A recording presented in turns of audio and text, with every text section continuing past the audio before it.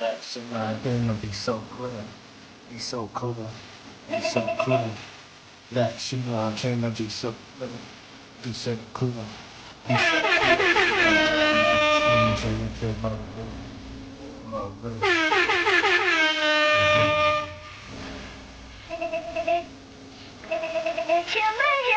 Never heartbreaker, takes love, a heart saver, a heartbreaker that awaken his God layer. True art maker, hand soul, no partaker. Walker upon skies, my style, I Darth Vader, my cognac, I sit back and sit that.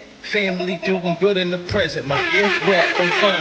Staying out for the lows, I was used to. Like robbing off a plane, niggas sell trying to boost you. High appraisal value on the Jews up and talk. Guaranteed you get the itis on my food for thought. Just digesting the fact now I got food to labor. This melanin papa granted, I'm your newest flavor. Tell my newest haters stay with the lesser than, I'm due for greater. Breaking down trees is what I used to do for paper. I look around how it's going right now. I gotta look up and think about like wow. In me, I fall away and good finding my way alone. And if your misery love company, I'm taking home. Straight chillin', chillin', straight chillin'. And I fall away and good finding my way alone. See if your misery love company, I'm taking home. Straight chillin', chillin', straight chillin'.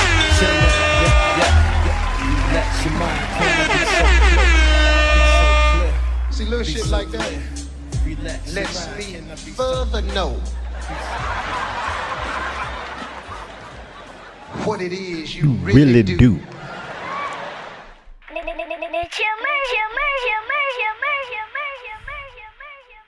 What it do, y'all? What it do, y'all? I'm your host with the motherfucking most, Chill Motherfucking Murray. You are now tuned to Live from the Spot. Shout out to everybody tuning in, not tuning in. You know how we doing, how we rap. What's going on, y'all? I see it's a late night, Monday night. I say, fuck it. This is a why not episode. So, don't matter who's here, who not. I'm going to do my thing real quick and get up out of here. I just had a couple of things I wanted to look at real quick. This will be the last time I'll have this particular setup. Next part, I'll have a completely different setup. So, it's another reason I wanted to jump on here tonight, because it's like, it's going to be a while before y'all see me again. So, and that's for a good thing. That's for a good cause. It's for a good cause. But I wanted to definitely get to this psycho real quick before, like I said, I do my little update. A little update for y'all. So we're gonna get into it. We just gonna get right into it. So court docs have now released the preliminary has now released on David. And now they got the details, or should I say what their argument is going to be in their in the courtroom, what they're going to be representing to everybody as far as David's defense. What should I say? As far as the California state is concerned, David's defense. There's a would-be lawyer that's been getting on people in Houston, ironically in Houston, where David's from. That's been going around rage baiting, and he did an interview with the guy Gideon that actually did the interview with Steve Fisher, and gonna look at his rage bait bullshit this evening. I want to check that out as well and react to that. And of course, like I said, there was always warning signs that nobody saw, and the homie Jay Wisdom did a nice little doc for that. I wanted to check out that as real quick, but we start with so I'm gonna read the preliminaries, of course, as well. But we're gonna start it off with yeah, we'll start it off with this, because that's going to be a minute too. We'll start it off with this here. Riverside, the fastest way to go from... Let me get myself on the camera. More questions about this Santa Barbara trip, cell phone evidence, and was David caught on camera apologizing for the smell of a dead body? Welcome to Sidebar, presented by Law and Crime. I'm Jesse Weber.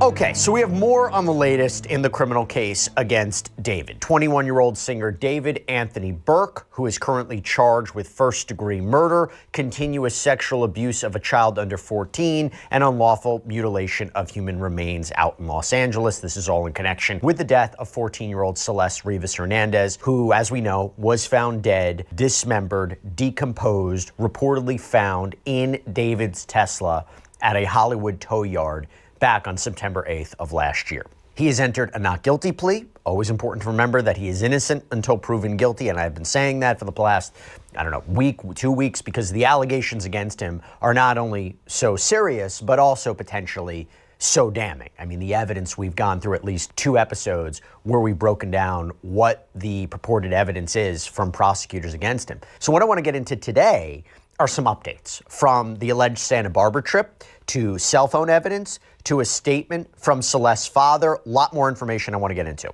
And to just put it into context, and again, I'm not going to repeat it all here. I did previous sidebars on all this. You can check it out on Law and Crime's YouTube page, where I laid out all the potential evidence that prosecutors claim they have against David. But basically speaking, we are talking reportedly forensic, digital, testimonial, surveillance evidence.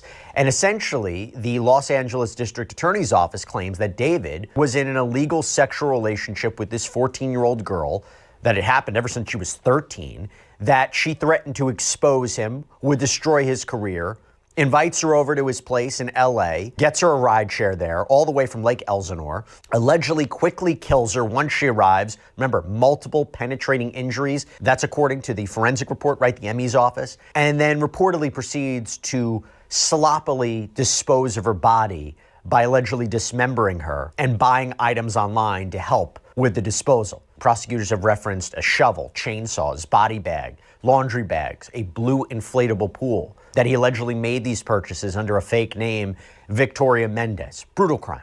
Brutal, brutal crime. All right. Now, when I say updates, I want to turn to a lot of these, and I'm not going to do it alone. I want to bring on somebody we haven't had in quite some time. Actually, I don't think we've had him on since David was arrested and charged and all of this potential evidence has been revealed. Retired Detective Matt Irvine joins us. Matt, good to see you. You and I had been breaking down this case for a while before David's arrest. But even before I go into the updates, I just am curious, 2 questions for you. A, what do you think of all the evidence, generally speaking, that investigators have been able to collect in this case so far, as laid out in the prosecution's brief? And B, this is an interesting part because I heard Harvey Levin from TMZ talk about it last week, that he says it's almost unusual at this point in the case that prosecutors are in fact laying out a lot of what they have, or almost everything that they have, in this preliminary hearing brief. So 2 parts. A, what do you think of the investigative work, the potential evidence? And B, is it unusual at this point in the case that authorities are revealing what they have? First of all, Jesse, thank you for having me back on to discuss these really important and tragic updates in this case. First of all, to your first question, I think the investigation that's been laid out so far has been thorough. It's been outstanding. The breadth and depth of investigation and evidence that's been hinted at so far by the LA District Attorney's Office is truly impressive. And I really have to hand it to LAPD and the DA's office for being willing to stand in silence and take the blows that they've been taking over these last 6 or 7 months, with all the folks saying, what are they doing, or why aren't they doing anything? And it was very clear that they weren't able to talk about what they were doing, but they've clearly been doing a lot, and probably from the moment that Celeste's body was discovered in the Tesla. As to your second question, it is unusual to have this much evidence laid out by the prosecution this early in the case. A preliminary hearing is really just that. It's a bare bones showing of the evidence by the prosecution, simply to convince a judge that there is probable cause, which is a fairly low standard, to proceed with the prosecution. So they are definitely front loading their evidence in this case. And the preliminary hearing is scheduled now for the end of the month. It was supposed to be last week. I forgot I was muted. Yeah, so I turned the mic. But yeah, so pretty much they're just laying down what they think they have, not necessarily what they know they have or confirm. This is just based upon their investigations they've been doing, like a driveway, and they had found some DNA there, as well as when they investigated the home, they found a lot of pictures and whatnot. So yeah, it's a lot. It's pretty much a lot. But I'm gonna read the preliminary here. I'm about to read this here. So, to the honorable judge, no, we're not gonna do that. We're gonna get right to it. Okay, so that is the background facts. All right, so we're just gonna go to that. So the background facts, and I hate how they address this too. The dismembered body of a matter of fact, I'm put myself down because I don't want to be in the way of this.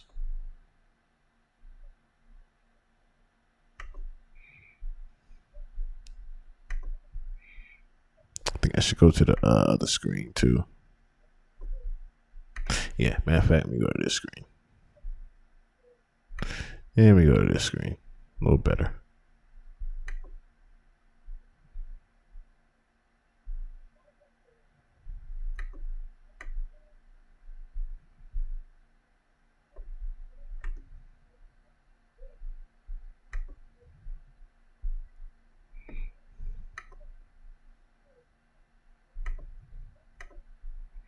Make things a little easier to see. All right. The dismembered body of a 14-year-old Celeste Rivas was discovered in the front trunk of defendant Tesla Model X on September 8th. The vehicle had been towed 3 days prior from 1405 Bluebird Avenue, which was parked approximately 400 feet from defendant's home at 1368 Doheny Place in the Hollywood Hills. Surveillance video and other evidence confirmed defendant was the last person to drive the vehicle on July 29th, 2025, before he left Los Angeles on a concert tour. Now, do you guys remember when we actually ran down the dates on that? And I said to myself, yo, it had to have been April, because that was the last point of contact that they actually had. And then I noticed the actual tour dates that he started, I think it was like in May or June. So it's like anywhere between that time is when he actually, did the killing. And I kept saying April had to have been around the time that he did it because of the last point of contact. So on September 8th, I don't know why it's not go down. On September 8th, 2025, the manager of the tow yard where the Tesla had been impounded noted the strong smell and decay. Matter of fact, we're going to go past that part. I want to read down to, I don't want to read the parts that we know about.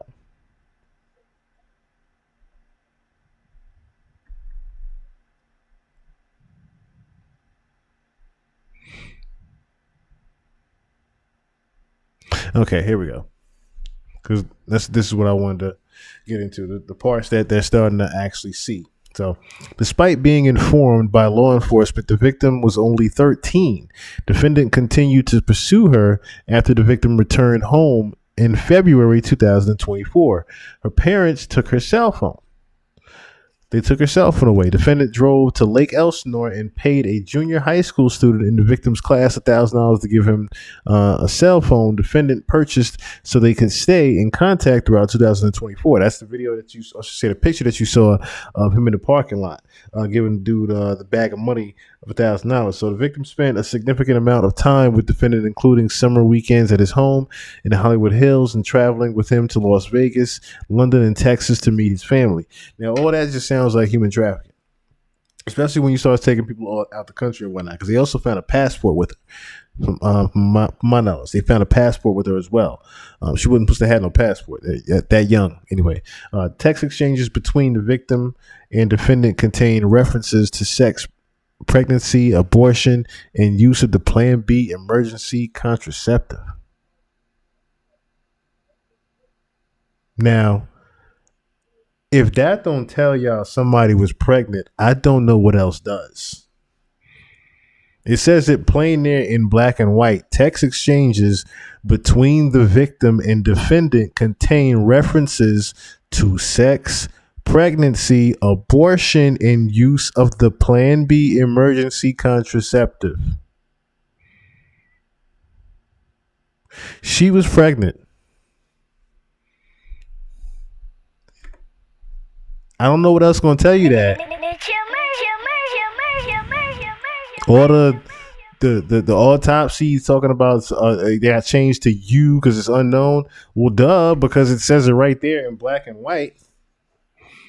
She was pregnant.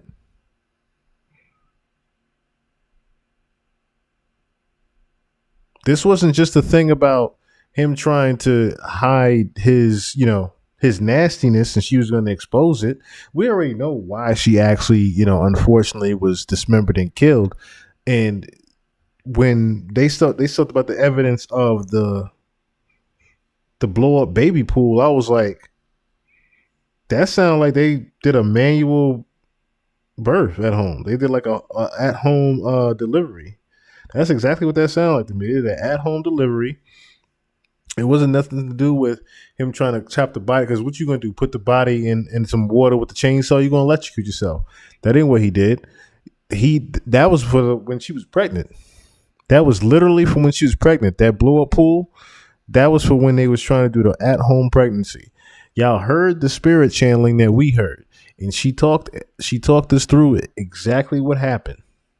She talked us through everything what happened. Straight from DC. What's going on? On your way to work? That's what's up, brother. That's what's up. I'm glad I could help the ride there. But yeah, she pretty much, was definitely pregnant. And like I said, that blow up pool was for them to do the at home pregnancy. It had to have been for that. Because like I said, when we did the spirit channeling, she literally said that they took her baby out. And you hearing it firsthand here that they was talking about the Plan B and sex and pregnancy and abortion. There are also explicit photographs documenting and corroborating their sexual relationship. In November 2024, defendant and the victim broke up. Although they continued to communicate in text messages suggest they also continued to have sexual relations. April 23rd, 2025 is the likely date of the victim's death. And when all her cellular activity ceased the night prior, April 22nd, 2025, defendant and the victim engaged in a lengthy argument described in detail in their text messages. The messages revealed the victim's jealousy over defendant's relationship with other women. As defendant led her to believe they had a future together, she became extremely upset and threatened to disclose damaging information about her relationship with the defendant to end his career and destroy his life. Defendant's first studio album was due to be released on April 25th, 2025. He had an emerging multi-million-dollar career already in progress. He also had multiple product endorsements, which were highly profitable. You know what the crazier part about this is? How did you have all this shit still in your phone? Nigga, how did you have not only, like, you mean to tell me you didn't even, like, this all this sound to me is like you plan to get caught, my G. Like, your stupid ass plan to get caught or something, because you kept the messages, you kept the photographs, you kept everything. Mr. Delete everything, kept everything? Everything? Nigga. You ain't the brightest criminal. You ain't about the bright. Like I said, either you plan to get caught, my G, or you are not the brightest of criminals. You had to plan to get caught with this one. That's all this sound like right here is you did this just to pretty much have your own little story to have in your head while you in jail. That's what this sound like right here. Because this sound crazy. At approximately 8:40 p.m. on April 23rd, 2025, defendants sent an Uber to transport the victim from her Lake Elsinore home to this residence. They communicated before and during her Uber ride, which dropped her off at defendant's Hollywood Hills home around 10:10 p.m. At approximately 10:30, defendant sent text messages to the victim inquiring where she was. Now, see, here's the thing.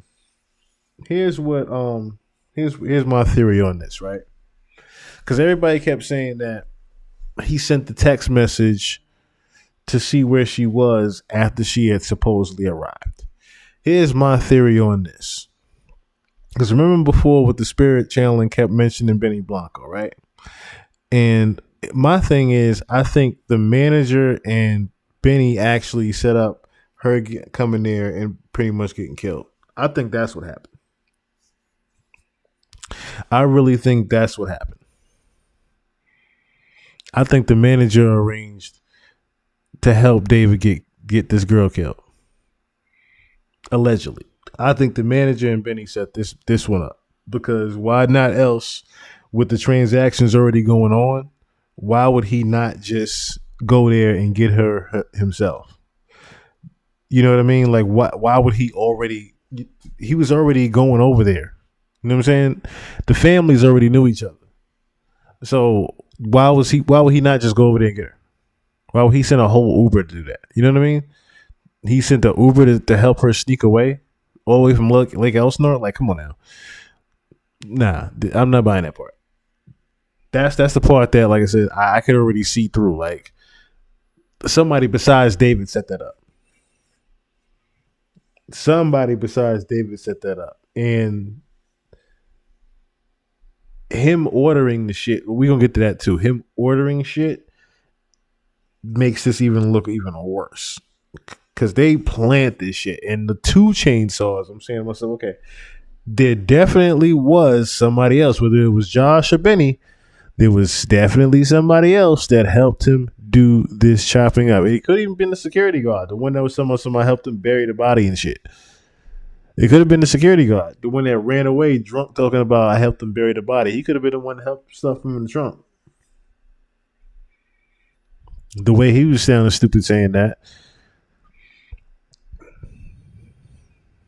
So the people contend this was part of defendant's premeditated plan to cover up the murder, as she was already dead by this time, knowing he had to silence the victim before she ruined his music career as she had threatened. Very soon after her arrival at his home, defendant stabbed the victim to death multiple times and stood by while she bled out. At no time did he call law enforcement or 911 or take her to an emergency room to attempt to save her life. Here's my other thing, right? There was no nobody heard her scream or nothing. That's the other part that I'm thinking about. There was nobody heard her scream in the home, like it was just her and him in the home. Is that the picture that they're trying to paint right here? Because obviously there was somebody else there. If she's getting stabbed multiple times, there's screaming.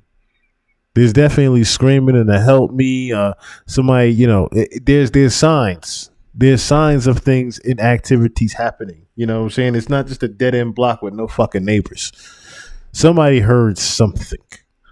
Either that or she got quieted, like I said, by someone else while somebody did the stabbing. Like I said, this all just sounds real freaky to me. It sounds weird, real weird. And the scenario that I really have in my head, I can't even say. The scenario that I really have in my head, I can't even say. Despite knowing she was dead and her family was trying to find her, the evidence will show defendant lied and claimed he didn't know where she was. In fact, defendant drove to Santa Barbara County immediately after the victim died, attempting to dispose of her property and destroy evidence. At approximately 11:30 on April 23rd, 2025, he drove away from his home as he texted and called the victim's phone asking where she was. Again, there were acts calculated and planned to set up his defense within a very short timeline after the victim's vicious murder. Defendant drove his Tesla north on the 101 freeway to San Marcos Pass Road, SR 154 near Lake Cachuma in Santa Barbara County. He returned home early the following morning on April 24, 2025. This is all the records that they're catching on the Tesla, by the way. Before going to radio interview Before going to the radio interview for the release of his album that week, he sent 2 additional texts to the victim's phone that day, which obviously went unanswered because she was already dead. After April 26, 2025, defendant was never attempted to contact her again. Like I said, and see, that's how they're already catching him. I said they're already catching him right there because it's like they're trying to say that he tried to paint the picture that, she was already dead, but he's trying to paint the picture that she wasn't, and he just didn't know where she was. So like I said, either he planned to get caught or he just is stupid. Tellingly, defendant subsequently purchased tools to carry out his plot to dismember and dispose of the victim's body. On April 24, 2025, defendants ordered a shovel from Home Depot that was delivered to his home from Postmates. On May 1st, 2025, defendant ordered and subsequently Amazon delivered 2 chainsaws to his home. On May 5th, defendant ordered from Amazon subsequently delivered body bag. Now, see, here's what doesn't make sense to me, because we talking about what 6-day period now, between a 6 and 7 day period between April 24th and May 1st, and then we got May 5th, right? Look how long these dates are. I just want y'all to hear that she was dead by what, April 25th. We going out now 2 weeks. We about to hit 2 weeks now. From the dates I'm seeing right here, defendant ordered the 2 chainsaws on May the 5th. That's a week already. Damn near a week and a half, May 5th. Defendant ordered Amazon subsequently delivered a body bag, heavy duty laundry bags, and blue inflatable pool to his home. He made these purchases under the fake name Victoria Mendez. Now, like I said, the thing with the Victoria Mendez still sticks out to me because, like I said, Selena Gomez's sister is named Victoria. That part still sticks out to me. But it's not Victoria Mendez, of course. It's Victoria Gomez, I believe. Running on this space. I don't know why I keep saying that shit. On May 8th, defendant returned to the area again on May 31st, 2025. This is an isolated site off SR 154 where the victim's identification was subsequently discovered in January 2026. Additionally, on July 7, 2025, defendant ordered and subsequently Amazon delivered a burn cage to his home under the same fake name as part of his plan to incinerate the evidence. Here's my thing, right? If you ordered the burn cage, how did she end up in the Tesla? You know what I'm saying? How did she end up in the Tesla? If he ordered a burn cage. That part didn't add up to me. I was like, he ordered a burn cage, but then the body parts ended up in the Tesla. Because then I started asking myself, well, who the fuck really ordered the burn cage? Or whose idea was the burn cage? I don't know if that one was David's. The burn cage part. Moreover, defendant took horrifying measures to destroy and discard the victim's body after placing her body into the blue inflatable pool to prevent her blood from spilling into his garage floor. Like I said, that part doesn't make sense because, like I said, if she died on April 25th, we talking about almost, 2 weeks later?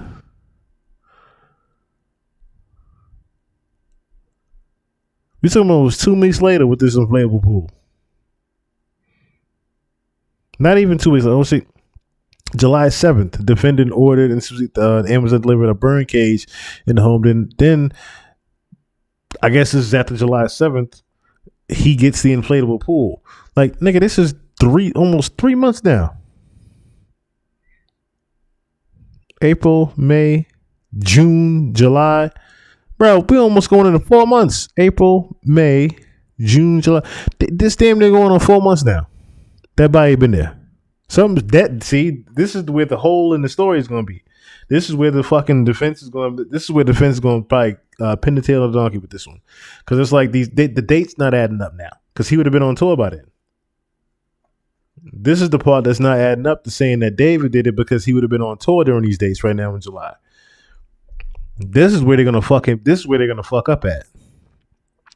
I think he was gone by then, by July. Defendant ordered and subsequently Amazon delivered a burn case. I'm gonna look at the dates again too, 'cause I think I have the document too of I think I still have that document of those tour dates.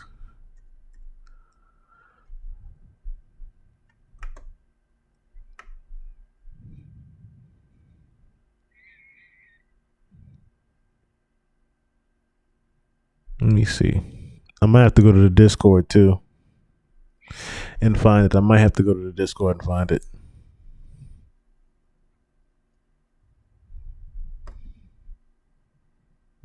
Because what's this here?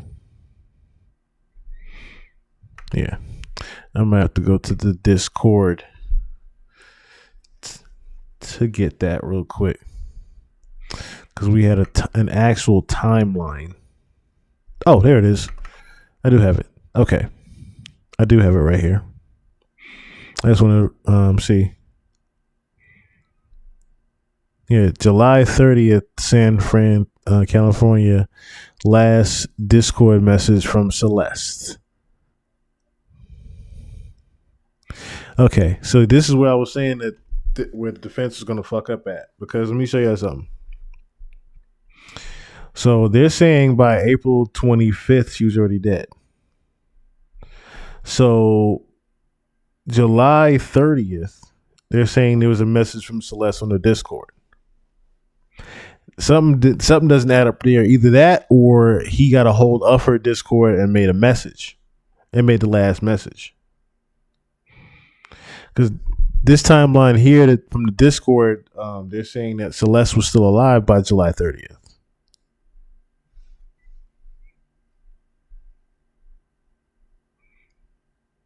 The Tesla didn't move until August, according to this. Let me show you the timeline real quick. Because this is what the timeline, like I said, we had looked at before when we did this.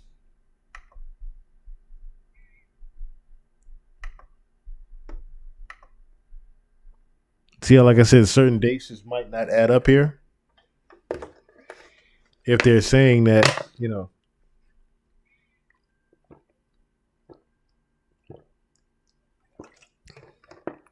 if they're saying what they're saying, as far as April 25th, in the message, in the text messages, they're going by that.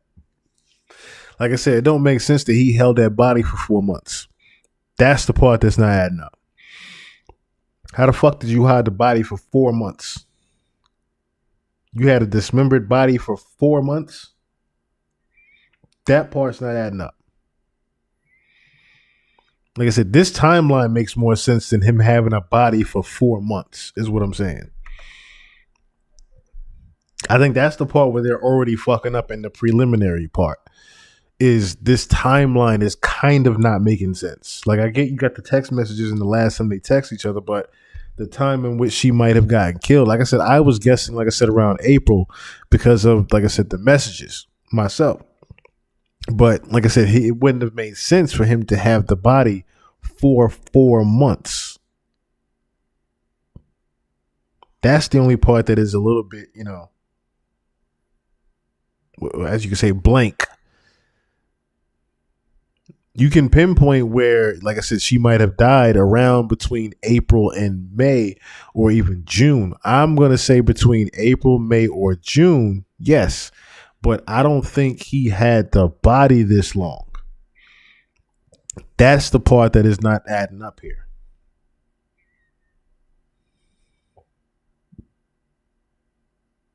I think she was just in the home. I think she was just there and he did the murder probably May or even June. I think around June. I'm going to go ahead and say June. Maybe even July he did it. According to that timeline we got here, her last Discord message is July 30th. I'm going to guess around then. We have to say maybe July because like I said, this timeline doesn't make sense at all. Regardless of him buying the stuff, yeah, I think he bought all this stuff between April and July and then committed the murder at the end of July. I don't think he did this in April.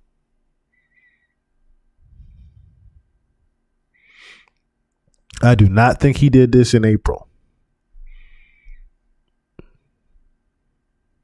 Like I said, it would not make sense for him to have the body for 4 whole months. I could see him having it for maybe a month.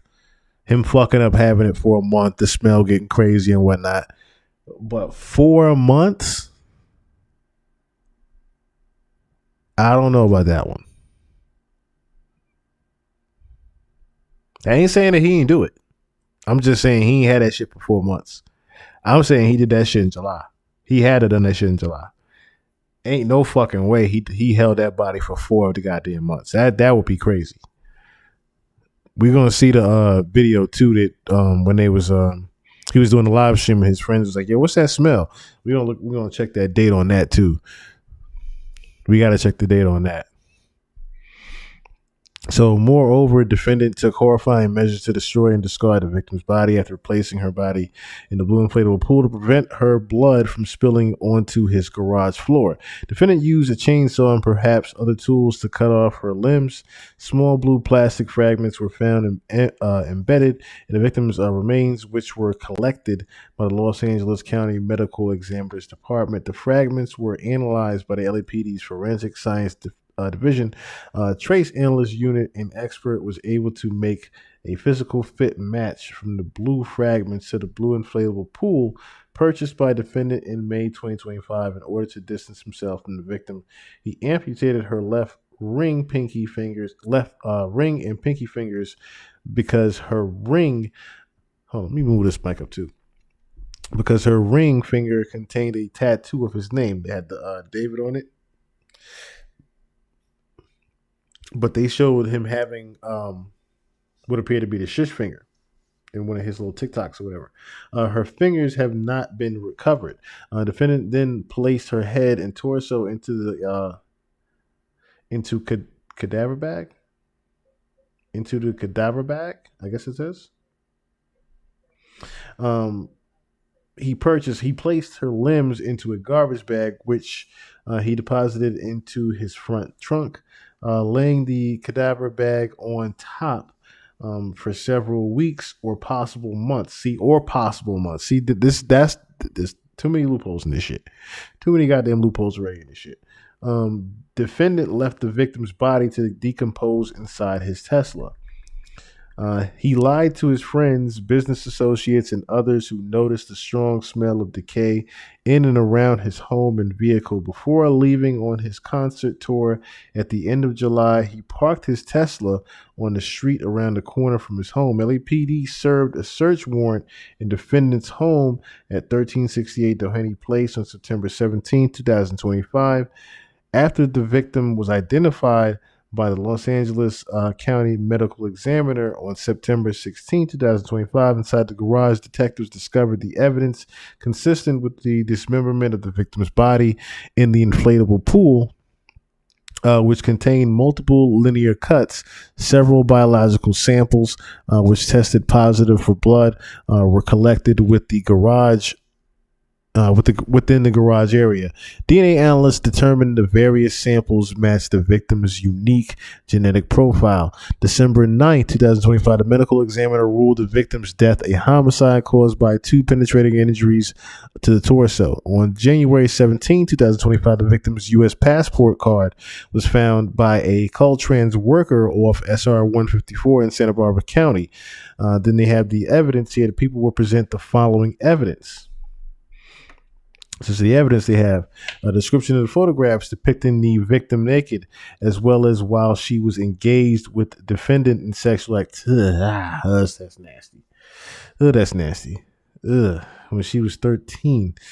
This nasty fucker. Give him the death penalty. As this evidence constitutes child sex abuse, yes, it does. Throw him the fuck away and give him the death penalty. 13, 14 years old, bruh. You fucking nasty faggot. I'm sorry to say it like that, but you nasty fucker, you. You nasty fucker, you. Nasty fucker, you. I don't even read the rest of that part. See, that's what I'm saying. We already read the part about him having the discussions of the Plan B and emergency contraception and abortion plans, and messages through March 2025 proved defendant continued to manipulate the victim as she messaged, "All we do is have sex and just hang out, man. I want more than that for myself." These messages were obtained from defendant's iCloud data. Defendant's cellular activity and communications derived from defendant's iPhone and Tesla, which demonstrate defendant's activities from April 22nd, April 24th, 2025, including a trip to Santa Barbara County in the middle of the night after the victim arrived at his Hollywood. See, why would he? Okay. Surveillance video of defendant driving his Tesla on July 29th. For the last time before parking the vehicle and leaving on tour at the end of July. DNA evidence developed from bloodstains collected from defendant's garage, which matched the victim's genetic profile, proof of defendant's Amazon purchases and deliveries to his residence, including 2 chainsaws, a body bag, an inflatable pool, heavy-duty laundry bags, and a burn cage after April 24, 2025. You have proof of defendant's purchase and delivery from the Postmates at a shovel, and then you have the Uber records showing defendant's transaction where he ordered an Uber to pick up the victim from Lake Elsinore on April 25th. Oh, excuse me, April 23rd.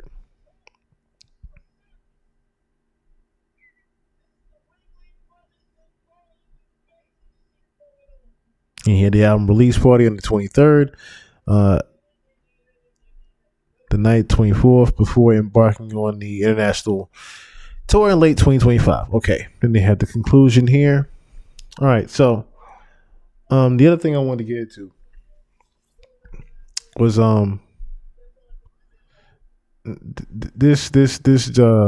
this joke of a guy. This joke of a guy here. Oh, matter of fact, before we even look at that, this is the Oh wait, y'all empty out my pills for me. Can you put this in the bag too? Unless you don't mind. I have a lot of pills. Can you put? Oh, his nails are in the bag. You, bro.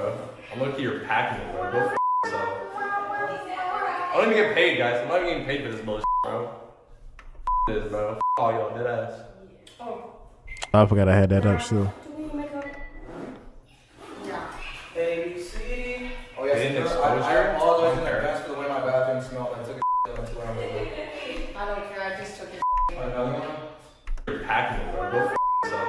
I don't even get paid, guys. I'm not even getting paid for this bullshit, bro. This, bro. All y'all, dead ass. Now, do we make up? Yeah.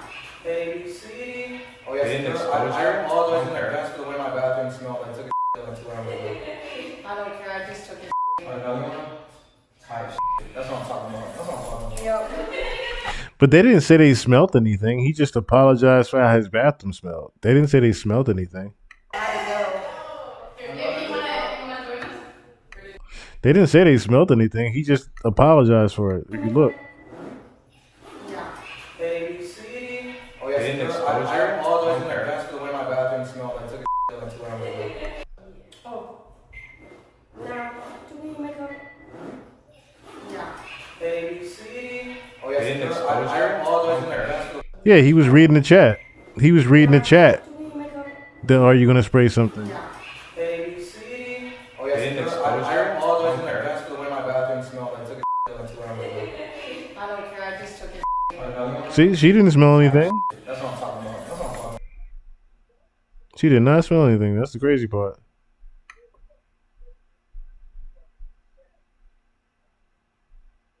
Like I said, I wish they would hit everybody with this one, but it's not looking good how they're doing this. 2022 when she was just 11 years old. Like I said, this is supposed to be the top lawyer in Houston, known for getting off pedophiles and whatnot. Met somebody at 11 years old. I don't see that being illegal. He amputated her left ring and pinky fingers because her ring finger contained a tattoo of his name. Her fingers have not been recovered. Where did it go? The investigation was incomplete. How is that incomplete? Like, genuinely. How do we know it was David that cut that finger off? What happened in those 20 minutes? Was it a couple gang members that rode up on her?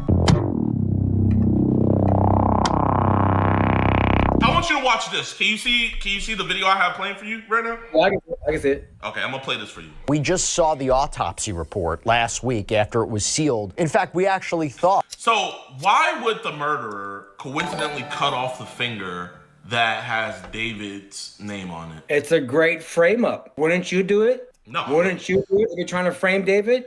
To be like, it's more likely him that he did that because of that. Does that make sense? It looks too perfect. You sound like this dude on TikTok I talked to. You sound exactly like the dude on TikTok who was defending David saying he got framed. It's a great possibility. And I'll tell you right now that LA has a history. A person of color is rising and he's doing well. There's criminal charges against him, like OJ.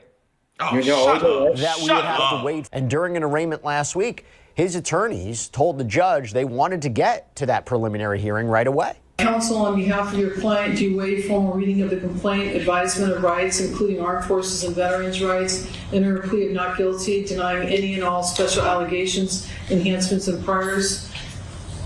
Yes, Your Honor. And request a... So what does all that mean right there that they just did? It's just like the court's saying, do you want us to like read all this bullshit to you, or did your attorney talk to you already about it? And I'm pretty sure the attorney told him like, just plead not guilty, and you know they're going to try to say they're going to use his criminal history against them.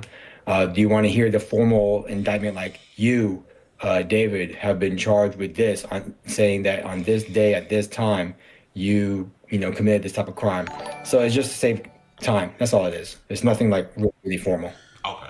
You're requesting a preliminary hearing within the period? Yes, Your Honor. From the media reports, apparently there have been 4 months of secret grand jury proceedings. We believe that Mr. Burke is entitled at the earliest opportunity to an open preliminary hearing and the proceedings not be done in secret. So we are asking for a preliminary hearing to be set at the earliest possible date on the 10th day. Your Honor, is that so? Why are they trying to do that? Like, what is this that she's trying to do? Why does she want the preliminary hearing to be open and to the public? Okay, so the preliminary hearing is because they don't want things to be secret. Things happen with the government to try to bring charges against you, and it's often happened in secret. What she's doing right there is trying to make it to where it's public. So then it's nothing like foul play, because foul play is something that can be the difference between you doing prison time and you not doing prison time. Because if it's secret, it's kind of like the defense attorney is like out in the dark. They don't know what the hell's going on. We got to know everything that's going on. And how did you arrive at that idea, right? How did you arrive at the idea that this guy should be indicted? How did you arrive at the idea that he should be charged with murder? How did you arrive at the idea that he had these photographs or he had this inappropriate relationship with this girl? So this is something you would do as well? Oh, hell yeah. So is this the reason why we're getting so much more information, is because they're wanting it to be public? Yeah, of course. Wouldn't you want something to be public for yourself? Like, or would you want like secret things to happen behind your back so then they could attack you later? I feel that, but now it's coming out to the public that he has CSAM on his phone, It's coming out to the public that he's having these inappropriate relationship with her on the phone, All these different things are coming out now that we know about him. That's like rumors.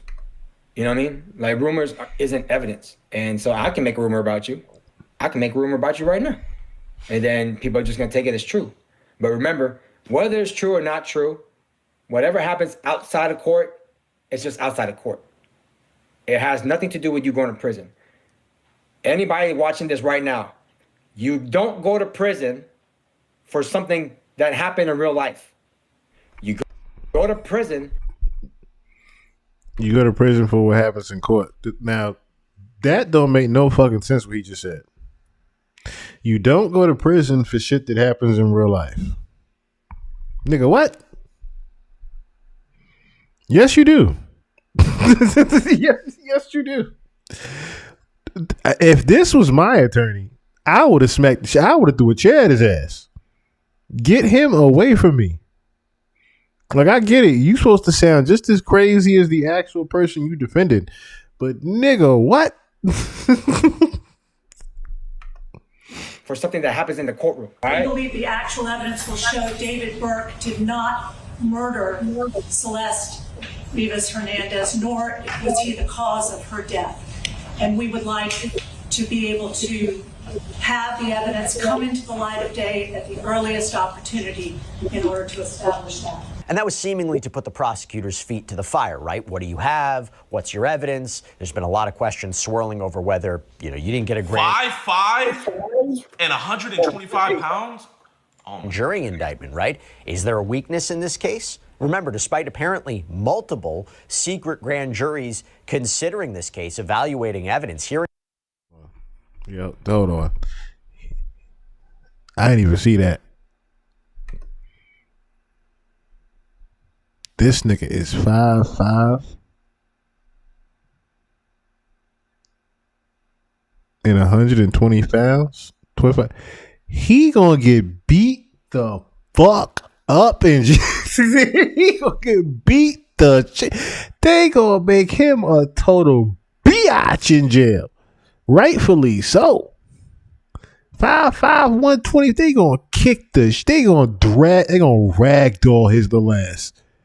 5'5", 125 pounds. This nigga is half a height.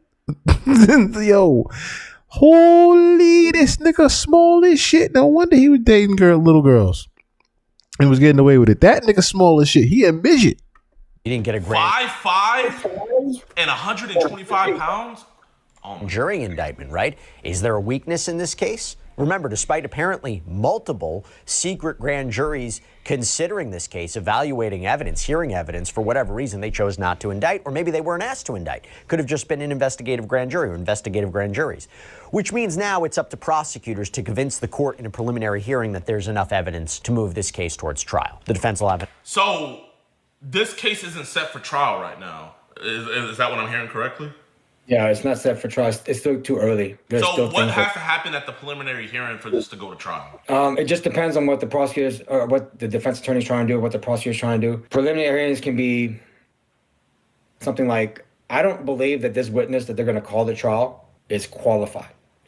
Let's ask him questions or her questions to ensure that they know what they're talking about, they have some type of knowledge of this case. And if they don't have any of those, why are they going to testify? Get rid of them. You know what I mean?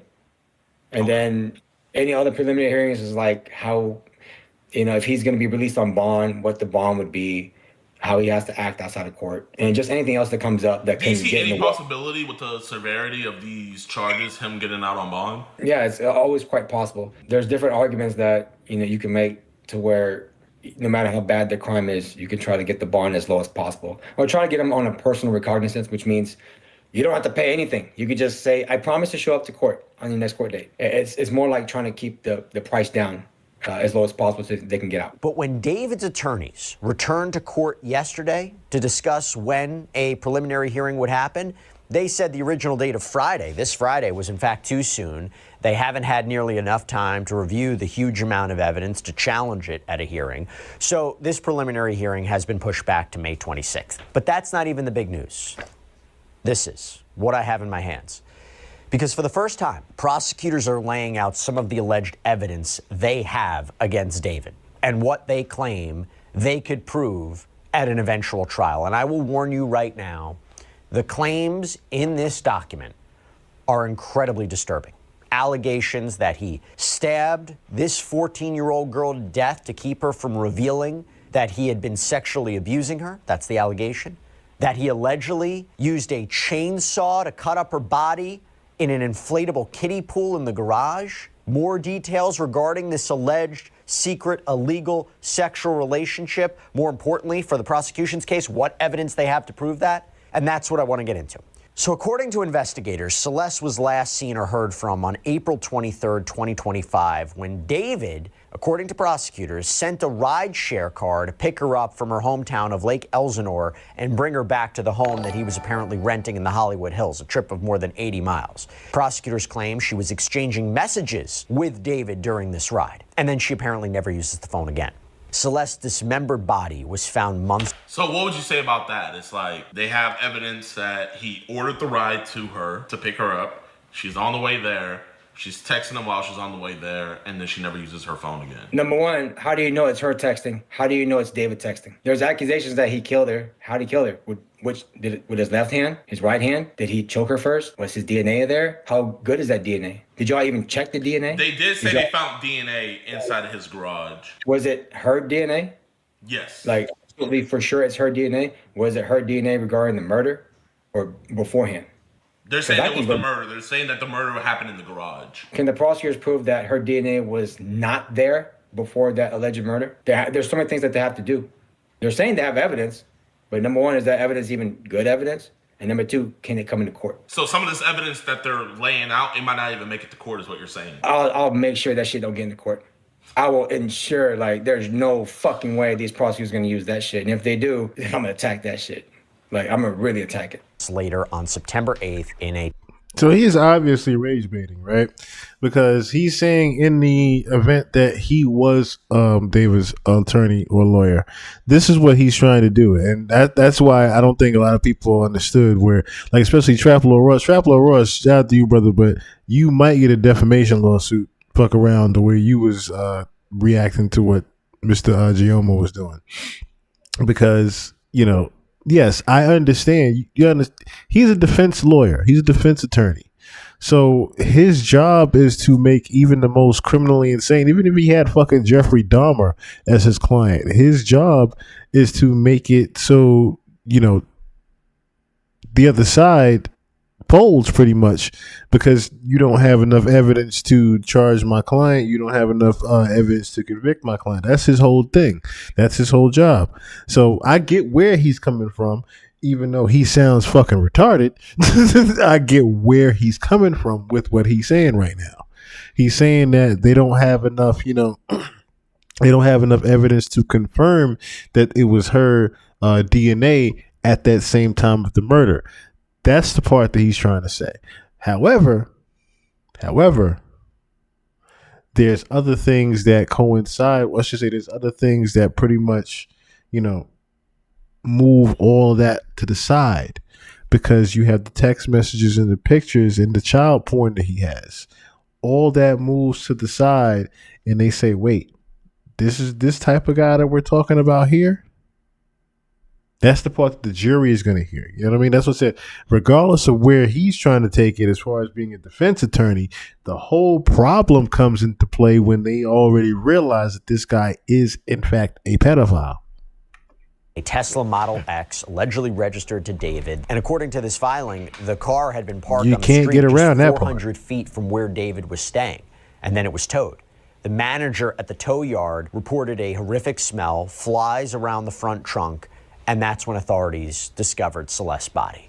According to this document, it's called the People's Brief regarding preliminary hearing evidence, quote, surveillance video and other evidence confirm defendant, meaning David, was the last person to drive the vehicle on July 29th, 2025, before he left Los Angeles on a concert tour. This is a big deal, right?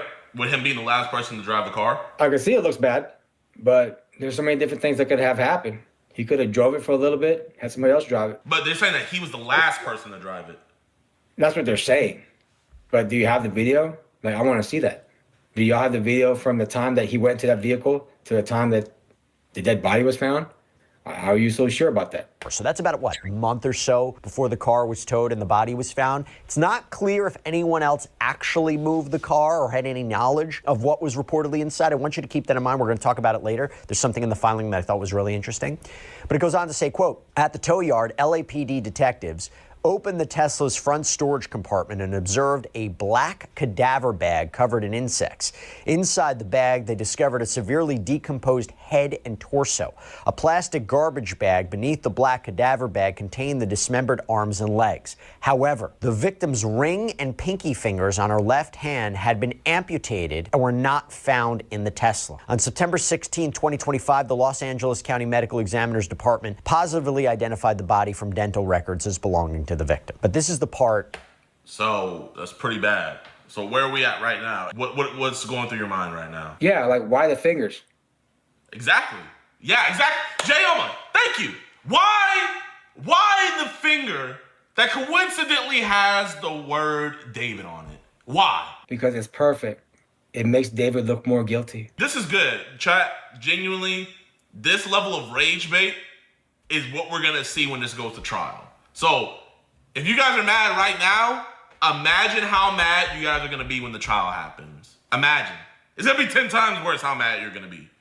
That's new, okay? The filing claims that LAPD robbery homicide detectives determined that Celeste and David met in January of 2022 when she was just 11 years old. Is that illegal? Is that illegal? Yes, it is. It's very illegal. Met somebody at 11 years old? I don't see that being illegal. You have young fans. I am in. We all have young fans. So are you in contact with any of your fans that are 11 years old? Do you have any 11-year-olds numbers that you're not related to? My clients. What 11-year-old do you have their number? They're my clients. I'm representing them on cases. I said 11-year-old. Yeah. Wait, you have an 11-year-old's number? Yeah. They're accused of theft. I'm not going to say their names, but they're accused of theft. I keep up with them. Okay. How about one of them that is not have anything to do with any case or anything? Do you have any just random 11-year-olds numbers? I don't have contact like that. I'm mostly at the jail, at the court, and it's rare for me to see an 11-year-old. But I can see him being a person whose his business is art, right? It's music. So I can see why he would be in contact with a bunch of young fans. They could be really, really good fans. Hell, we don't even know if she worked for him. Who knows? Maybe he's taking her under. What? Wait. What did you just say? What did you just say? Say what you said one more time. No, genuinely. Nah, dog. See, and I'm glad why they freeze frame this picture right here. You're not seeing and meeting a fan. I can see if it's like a meet and greet situation, right? Where there's your staff around or something like that. You arrange something for like a stream or something like that. But we're talking about you meeting and trying to have a relationship with a fan, and then you having this picture right here freeze framed up with she hiding the face. This don't look like no regular meet and greet, bam. You can't defend that one. You can't defend that one, brother. You can't defend that one at all. Say it without a smile. Did you really mean what you just said?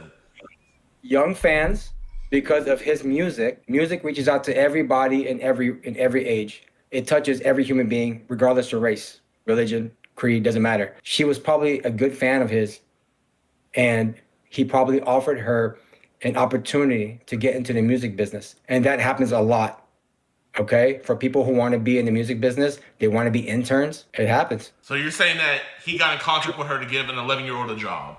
I will tell you this, I have some of my online platforms, I don't respond to it because I don't really run it, but I can see like people would text me and say, hey, I'm in 4th grade. I want to be a lawyer. I want to learn from you. I want to be an intern. So I can see that. So I'm possibly thinking that David had this girl who wants to be an intern and possibly sing and follow. Dog. If you was to use, I hope you know what? I hope you do become David's lawyer. I hope you do get on his defense team. Because if you was to use this bullshit in the court of law, the judge would hysterically laugh at you.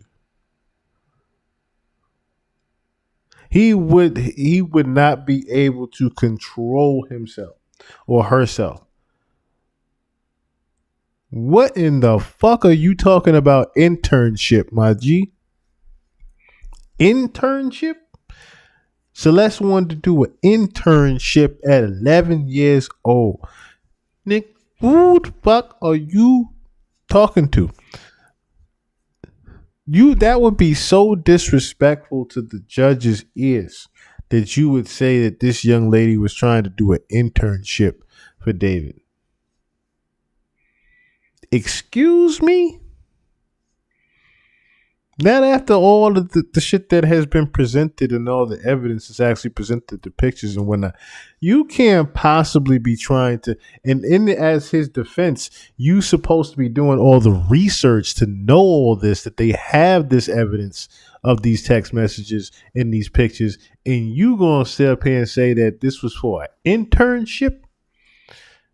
If I was David, I'd smack the shit out of you just because you tried that. An internship?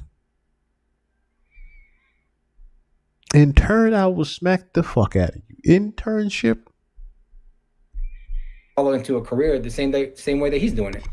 It's a positive thing. It's not illegal. Okay. Allegedly began a sexual relationship with Celeste when she was 13. Okay, what about that? Those are allegations. I need to see more evidence. Once I become the attorney, I'll be able to see if this relationship ended up being sexual in any way. And the court paperwork revealed that. Dog, the research says already with confirmation of pictures, there was a proof of sexual relationship at 13 years old. And you saying, was that true? I need to see proof of that. Nigga, there already is. Like I said, if you're on a defense team, you have already seen the proof. Investigators have been looking into David for quite some time. The filing says detectives learned the victim had been reported missing to the Riverside County Sheriff's Department by her family, who live in Lake Elsinore, in February and April 2024. RCSD telephonically contacted defendant on February 17, 2024, after they identified a phone number in the victim's phone records that belonged to him. During the call, defendant claimed he had spoken to the victim last on February 13th or 14th, 2024, but stated he was unaware she was a minor or that she had been reported missing. C-Dance 2.0 is now on Artlist, and you can get precisely what you want. I'll take a rob. RCSD advised him that Los Angeles. So at this moment, can't say that he wasn't aware that she was a minor before or anything. At this moment, it is a 100% fact that he is now in full knowledge that she was a missing person and she was a minor. I see the allegations. I don't know if it's true or not. No, this is a police report. The police report of when they contacted him. Because all right, let me tell you about police reports. Police reports aren't fact. It's not 100% true. The police person who writes this, the agency, they may have a bias against you for whatever reason. They may have a bias against your race. They may have a bias against your religion. It doesn't mean it's 100% true. So we can't even say the police report is true. The police report is just as good evidence as somebody saying, I think he did it. What?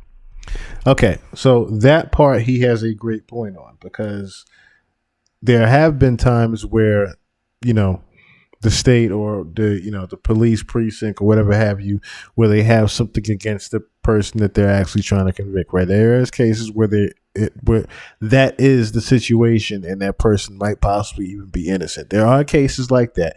This, however, is not necessarily that case, I would think. This, however, would not necessarily be that kind of case. Reason so is because even the jury, hearing the evidence presented and the things that they know and the knowledge of, I don't think that they're going to, how would I say, be very, positive towards David, especially considering of the evidence of the relationship at the 13 years old. And if that gets presented in court with evidence that there was a relationship, if they decide, like I said, because of how graphic the evidence they claim they have is, if they decide to present that and it is actually true that he has pictures that he saved, not only of the 30 terabytes of the child porn, which is sickening and sadistic in itself, you need to get him the fuck out of here just for that alone. If they produce the pictures and text messages proving the sexual relationship part and having the naked pictures of her, if they produce that in court, it is GG. It is over for him. That is it. There is no what do you have or do you have proof of this or proof of that. It's GG for him, because everything else gets thrown out of the window at that point. Because then that proves the original motive for him to get her out of here. That proves already to get him out of here. Like I said, I want to see other people go down for this, but as far as just him is concerned, they put a pretty much solid one together as far as the guesstimates and the times and things like those. To say the guesstimate of how they killed him, not necessarily when, but they put a great guesstimate of how and things of that nature, and keeping the receipts of what he actually ordered. So they did keep, as far as, like I said, good record of text messages and things like that to show and prove their point as far as him being a pedo. But as far as the killing is concerned, that part is a little bit shaky. We do know he did actually do it. It's just as far as when he actually did it is still the shaky part of it. What if they recorded it on body cam footage? Then what? Let's see how good it gets in the court. Let me see if you guys can even bring that into court. Is it a real video? Are you sure that it is David? Are you sure it's David? Because he looks like somebody else. Well, they talk on the phone, so you're saying you might have a lot of wiggle room to play with. I mean, how do we know David on the phone? Like, do they actually have recorded conversations that David talking to this girl? Like, I need to see all that. Chapman, this is, before I hit play, would you say it's harder for the prosecution to get a conviction, or is it easier for the defense to get, a not guilty? What do you think's harder? The prosecutors have a higher chance of getting convictions. I think if you go on Google and type in conviction rates, it's really high for the prosecutors. So the odds are against defense. That's why, I'm trying to change that. With every case I have, I'm trying to change that to where it's more not guilties. On that day, defendant was living at 804 North Doheny Place in West Hollywood. RCSD requested that LASD conduct a welfare check at defendant's home. LASD deputies went to defendant's home that night at 8:15 p.m. and informed him the victim was a 13-year-old runaway. Defendant again claimed he was unaware she was a minor and he had only met the victim once in person in November of 2023. However... So, wouldn't that be him lying? Because he's saying he only met her once? Well, I just heard what I saw. It looks like they violated his right, because right before they asked him questions that could incriminate him, they didn't say you have the right to remain silent. Anything you say can and will be used against you in the court of law. If they got that evidence from him or that statement from him, they cannot use that against him in court, because I didn't hear Miranda right. If it cannot be used in court, it never happened. What if you could make a song using only your voice? But bro, they already used the Miranda. Bruh, you ain't never heard them talk about using the Miranda rights in the preliminaries? What the fuck are you talking about? He is delusional. 13-year-old runaway. Defendant again claimed he was unaware she was a minor and he had only met the victim once in person in November of 2023. However... So, wouldn't that be him lying? Because he's saying he only met her once? Well, I just heard what I saw. It looks like they violated his right, because right before they asked him questions that could incriminate him, they didn't say you have the right to remain silent. Anything you say can and will be used against you in the court of law. If you think about it, even what he just did just now, he pretty much is going to use, he's saying that he would use the tactics of taking their mind off of what they're trying to actually get to and pretty much just rear them off the side of the road. That's the tactic that he used just now. He bringing up the Miranda rights, which had nothing to do with the fact that the deputies had the yearbook photo of the victim he had in his cell phone. You see how he just reared off this? Oh, let me just turn the wheel real quick and where we actually trying to steer this. You know what I'm saying? That's pretty much the tactic that he used just now. Law, if they got that evidence from him or that statement from him, they cannot use that against him in court, because I didn't hear Miranda right. If it cannot be used in court, it never happened. Damn! So, genuinely, if they didn't read a Miranda right, they can't use any of this. Yeah, from my understanding, they can't, because if you're already going to have charges, or you already do have charges, which I heard earlier, they said that they've been watching them for a while, they need to give them a Miranda right. Deputies a yearbook photo of the victim he had on his cell phone. Although he claimed to be unaware of where the victim was at the time, she returned home 2 days later. By the way, you're seeing how in-depth. And then also, I want to show you this before we continue. Even more, this is a private investigator is working the case as well. Private investigator, who hired them? Was it the prosecutor? The house that he was at. The homeowners. So this was an email that was sent. He's not disclosing who it was that sent this email, but this email was sent to his manager.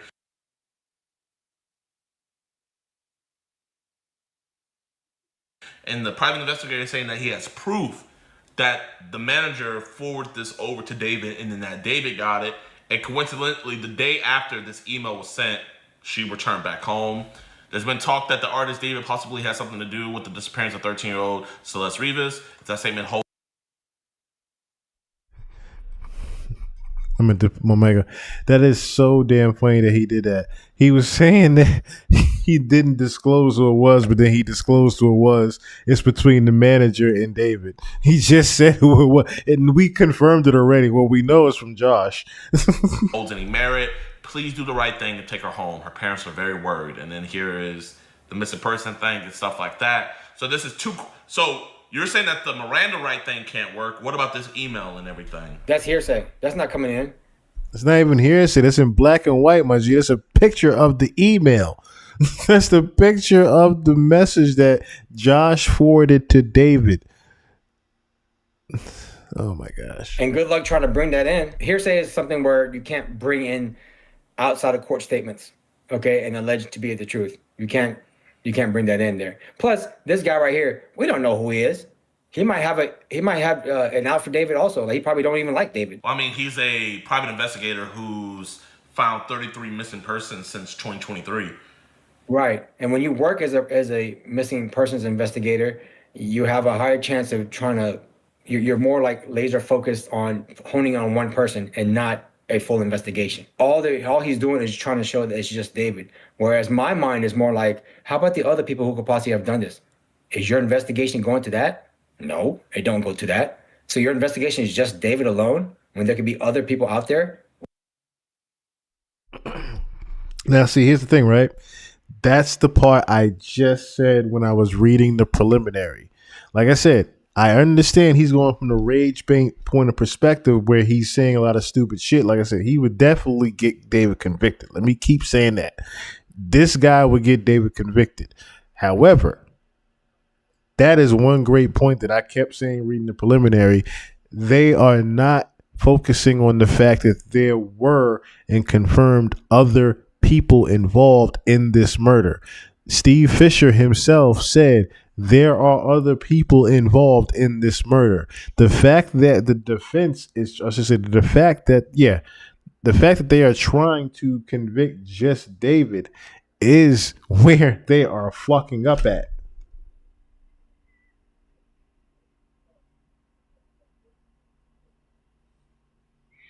They are really fucking things up.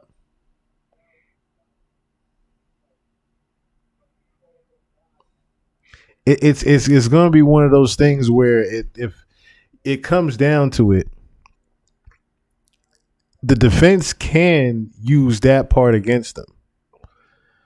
The fact that they're trying to focus on just David. That is the one part that they're going to fuck up at. Like I said, with Steve Fisher, the lead investigator, saying that there are other people involved, and that when it comes down to the fact that they show that there are transactions involved for Celeste, this is where there's a lot of things. It's a lot of loopholes in the case itself by the state. However, like I said, there's too much against David to where he would not be convicted. If he had this lawyer, he'd definitely be convicted. But at the same time, yeah.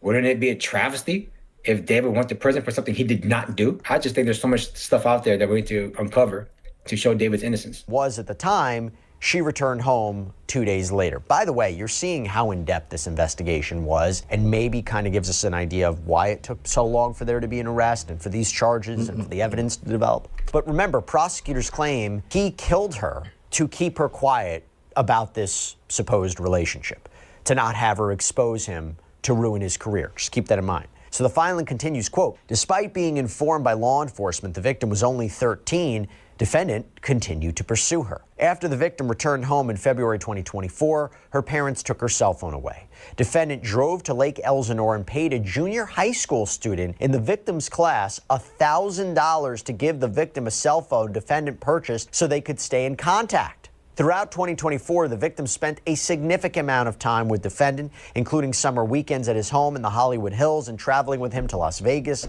London, and Texas to meet his family. So now I'm thinking travel records, right? I'm thinking So yeah, there's definitely going to be travel records of her being on these flights. You know what that sounds like? What? That sounds like an internship. Dog, this is what I'm saying. You need to leave this internship bullshit alone. Leave this internship. Leave this out of your argument. Leave this shit out of your this bullshit internship. Because I was hoping you was gonna say what it sound like to me. What it sound like to me is human trafficking. This sounds like sex trafficking to me. Like, how do you even get that from that? Like, she was getting taken all around to meet his family and whatnot. What do you mean this was an internship? There's no internship happening at this age for her. Where do you like I said, if this was your criminal defense for David, he is getting the death penalty. That ain't gonna work. A great internship that people would be so jealous about, and not only it's just an internship like to an office that people would be jealous about. It's traveling to Las Vegas, London, Texas. Wow. I would be jealous of that too. I'm very jealous. I'm jealous of that right now, and I'm an attorney. I want to take that internship. David, take me on an internship. I'll take that. But you're going to give it to this girl? What is she, why does she deserve that? I deserve that more than her. Oh, I hate David now. You know what? Let's find a way to make him go down, because he gave this opportunity to somebody else and not me. So you're saying this sounds like an internship, right? It So looks wouldn't like you have to show? Wouldn't there have to be parent permission for it to be an internship? I have no idea about parent permission or not. I don't even know if it's even legal. Like, you need to have the parents' permission. Like, it's in the code.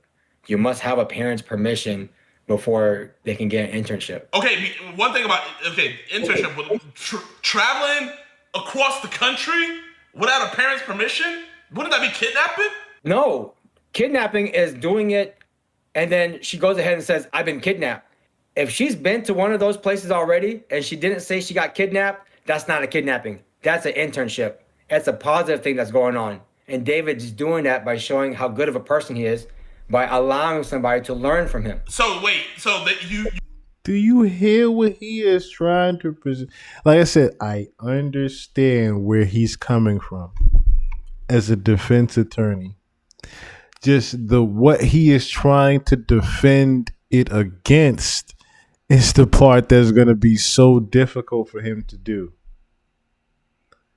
It is going to be a little bit too hard for him to try to use the internship alibi against all of these pictures that they have. that is the, I don't mean to laugh, but that is the part that is going to be so hard. Like I rage bait all you want, Jomo.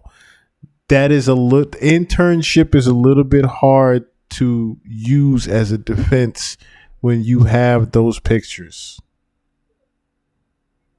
Because then it's like, okay, the internship turned sexual. That's not an internship anymore, then, Jomo. There's no way you can use this internship alibi bullshit. I wish he would get off of it. It sounds horrible. You cannot be charged with kidnapping. So you're saying, how can he? Yes, that's the other part too. Like I said, I keep saying there is literally sex trafficking involved when you have the pictures and the evidence of the sexual relationship. It sounds like literal sex trafficking. It's just that bad. It just sounds that bad that you would try to use internship when there is proof of that sexual relationship at 13. Not be charged with kidnapping. Let's say she was still alive and the parents filed a complaint. Would they not charge him with kidnapping? If a girl was kidnapped, she would have called the police at the place that she was at. She had every opportunity to use her cell phone, to run for help, to at any events where there's security. But this is a child. This isn't like an adult. This is a child. Anybody would do that. A 5-year-old would say, "I'm being kidnapped. Help me. This guy is trying to take me." So from seeing this right here, that don't look like a kidnapping. That looks like an internship, and a great one too. I envy that internship. Bro, this is not an intern. You know this is not an internship. This is grooming. This is quite literally grooming. You can't take a minor across state lines without a parent's permission. That don't look like grooming. Bro, no, genuinely. Like, is that not illegal? You cannot take a minor across state lines without a parent's permission. I don't know that. I gotta see the code. To my recollection. Can you take a minor across state lines without a parent's permission? That's a complex legal question involving parental rights and state laws. Generally, transporting a minor across state lines without parental consent could raise legal concerns, but specific circumstances and state regulations matter greatly.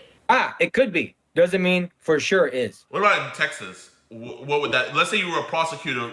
Could you charge David for kidnapping if you were a prosecutor? If I was a prosecutor, Gideon, this interview that we're having right now is coercion. This interview that we're having right now is you grooming me. This interview right now that we're doing is you taking advantage of me. How? I'll put everything against you, Gideon. How? Because you're posting me on for the world to see, and you're taking advantage of me. So I bring those charges against you. I didn't say me. I said David. This is an internship that everybody wants, and they just mad. I think the killer, the real killer of this girl, the real one, was a fan, and he was let down by David. I'm serious. That is quite a possibility. And by the way, this is the first time we're hearing just how often Celeste was with, or allegedly was with, this much older man. And it really speaks to how many people were potentially aware that he was maybe in this relationship with a younger girl, right? Members of online forums that David and Celeste were reportedly part of have said they didn't know Celeste was so young, thinking she was David's age. But if she was traveling with him to different places and meeting these people in a circle, did none of them suspect that something was maybe amiss here? I mean, again, assuming these allegations are true. You go back to the filing, quote, text exchanges between the victim and defendant contain references to sex, pregnancy, abortion, and use of the Plan B emergency contraceptive. There are also... Yo, I didn't even... So, they talked about Plan Bs, abortions, all of this. And this is still an internship. Man, I gotta see those text messages. I don't believe it. Let me see them. I gotta see what they look like. And was it really made by David himself? Was it sexual in any manner? It's just detailing that. But I don't know the full amount of that conversation. And that's why I said before, that's going to be the hardest part to prove all this. As far as him not doing anything, on top of this nasty ass shit of her being pregnant. The fact that she was pregnant, that part already confirms what, and I'm going to play that again. I'm going to go back through my live and I'm going to find you. I'm going to play y'all, I should say. Excuse me. I get some water. I'm going to play y'all the channeling of her spirit where she talks about exactly what happened to her that evening. We're going to go through that, and I'm going to play you guys the interview from Benny Blanco and David. There's more to it. Explicit photographs documenting and corroborating their sexual relationship. In November 2024, defendant and the victim broke up, although they continued to communicate, and text messages suggest they also continued to have sexual relations. See, that's the kind of alleged evidence that is incredibly compelling. What separates this from other cases of, let's say, a he said, she said, right? That's the kind of alleged evidence that supports the sex charge, but goes to the special circumstances of killing a witness, right? Remember, to support the special circumstances allegations, which you would get life in prison without the possibility of parole for the murder charge or the death penalty, allegedly killing her because she's a witness to this, or allegedly killing her to silence her. It's evidence of this purported sexual relationship that's really problematic, or potentially really problematic for David. And by the way, I have to tell you, this just came out at the time of this recording. So the death certificate for Celeste, and this is per reporting from TMZ, there's a change. It used to say that she was not pregnant. Now it's saying that section is marked U for unknown. So what is this suggesting? That it was possible she could have been pregnant? Not entirely clear. Per prosecutor. I just gotta see the evidence. Let's say, hypothetically, all of this evidence is 100% true.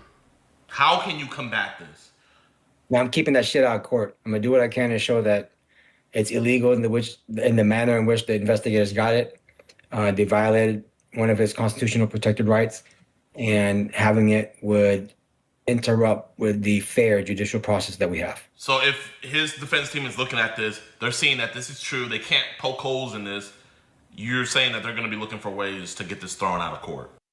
On July 1st, 1941, at 2.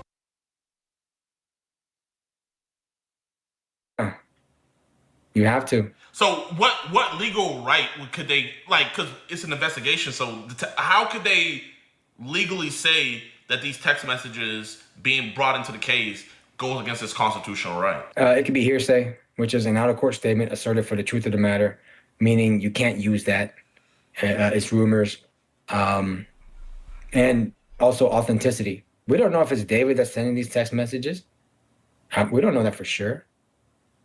I have no idea. It could be somebody else. Somebody else. Yeah. Cosplaying as David, having a continuing just they get his phone and they just have a sexual conversation with her. They give him his phone back and he never realizes, hey, what's going on? Like, do you know when people go on OnlyFans and they can chat with these girls? Do you think they're chatting with those girls on? That is a completely different thing. No, but do you think that those girls are chatting with you? Like, no, these are Russian guys who are proficient in English, typing and texting whatever fantasies that you have. That's out there. And so we don't know. Right now, it's just too much out there. There's an authenticity problem, and there's also the legal problem that whether this can come into court or not. Prosecutors, quote, April 23rd, 2025 is the likely date of the victim's death and when all her cellular activity ceased. The night prior, April 22nd, 2025, defendant and the victim engaged in a lengthy argument described in detail in their text messages. The messages reveal the victim's jealousy over defendant's relationships with other women, as defendant led her to believe they had a future together. She became extremely upset and threatened to disclose damaging information about her relationship with defendant to end his career and destroy his life. Defendant's first studio album was due to be released on April 25th, 2025, so 2 days later. He had an emerging multi-million-dollar career already in progress. He also had multiple product endorsements, which were highly profitable. I mean, so that's a lot of financial gain to lose. He's a walking lick. He is a walking lick, I tell you that. So, okay, if you're gonna say a lick, what would be the lick? For a lick, you have to get something. So who's getting something from this? I would say her. What is she getting from this? The ball's in your court. What is she getting from this, Jay? Did she ever write down, like, how about you give me a car? You know, those are things that are done on the phone, not through text. Can you imagine when you text somebody, that's gonna come out in court. When you have a verbal conversation, nobody can prove that. So if you're going to make a threat, the smart person will make a threat verbally. What's also going to come out in court, speaking of which, is the fact that she received money from David. That she received money from David. And like I said, I think that money was also given to the parents. That's just my hops. But she definitely received money from David. We saw the receipts on that, as well as her bragging about the money that she was getting from David. And David had no problem sending her like $5,000-$6,000 on the Apple Pay, real quick, right? And not put it on text message. So what was she? That's on message. Okay, I'll play. That's on message. So she threatened him, right? What would she be threatening him about? No idea. It can be anything. It can no. Like what would be the threat that he could suffer? How could she? What could 14-year-old girl have to threaten a multi-millionaire adult man? What could she have? All right, so there's ghostwriting. That's very embarrassing, right? If you have somebody else write your lyrics or make your music for you, that's embarrassing. He could be gay. Or he could be into trans women. And that's something that a lot of rappers and a lot of straight men are afraid of. Now, we did confirm that, of course. And even though even if he is afraid of that, yeah, okay. She's trying to expose everything. She's already said that on live stream, what is it controversial? You raping kids? She literally said that on the live stream. So that's part of the evidence of her saying that. That's part of the motive, I should say, of them trying to prove, it is David. Because their whole motive is backed by the fact that she was going to expose what he was actually doing. They was going to expose him raping little kids. They was going to expose that there was multiple young minors that he was dealing with besides Celeste. She was going to expose all of that, right? So even though, like I said before, it definitely shows that, you know, there was multiple people involved in this murder. Allegedly, I can say that allegedly. Like I said, I did pull it up already. We're gonna just listen to it in a second here. The spirit channeling again of Celeste Rivas that involved Benny Blanco and what it was actually over and what it was for Selena Gomez. Okay, so being that we know that part, there is still motive of why he would have, let's just say David would have a reason to kill Celeste Rivas, because she was going to expose his actual career. There's a lot of evidence of that you cannot get around, period. That part you cannot get around.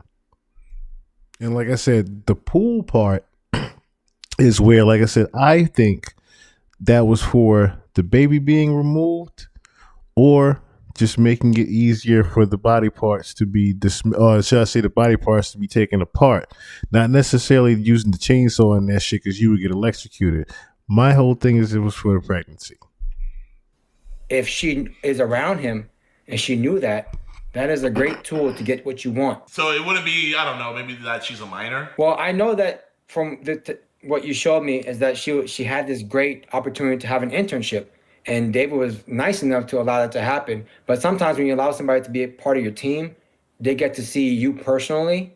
And maybe she may have seen something or recorded something that could be used against him later on, whenever he reaches this pinnacle of his success, endorsements, multi-million-dollar deals, fame. David wanting that, Celeste may have a like a little leash around his neck to say, you need to do something that I want.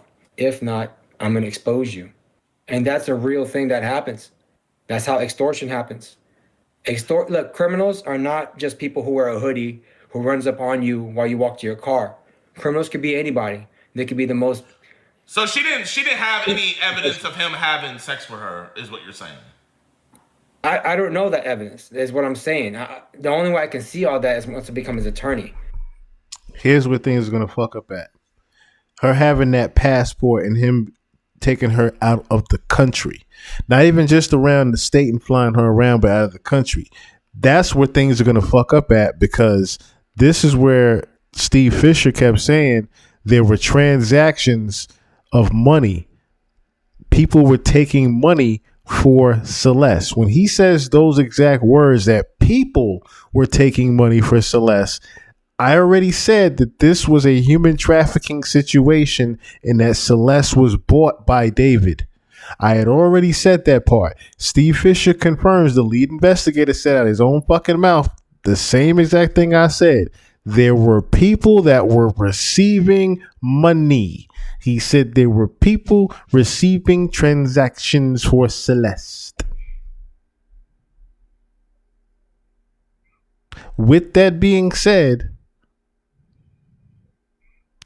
don't you think the parents knew that she was being flown around different state, country to country? Because how else would she have the passport without certain verifications of what? Permission from the parents to travel. There's no way that she was sitting snuck on the plane like a damn, what do you call it? Like a damn refugee or something like that, being taken away to a prison. There's no way she got on that plane without some form of custody by David or verification from her parents. There's no way. There's no way she's traveling overseas without her parents knowing. There's just no way. But from what I'm seeing, in my opinion, on what's out there in the public that's not evidence, is that it looks like this is an extortion scheme, right? So a 14-year-old girl extorted David, in your opinion? You've never seen kids extort No. other kids? No. A 14-year-old girl extorted David, in your opinion. Do you know girls, like, they mature faster than men? Like, their minds are there, right? Like, manipulation is a learned trait even at a young age. I have 4-year-old, 5-year-old nieces, cousins too. They know how to manipulate at that age. Can you imagine 10 years, so she's 14, that she's known how to manipulate? He also had multiple product endorsements which were highly profitable.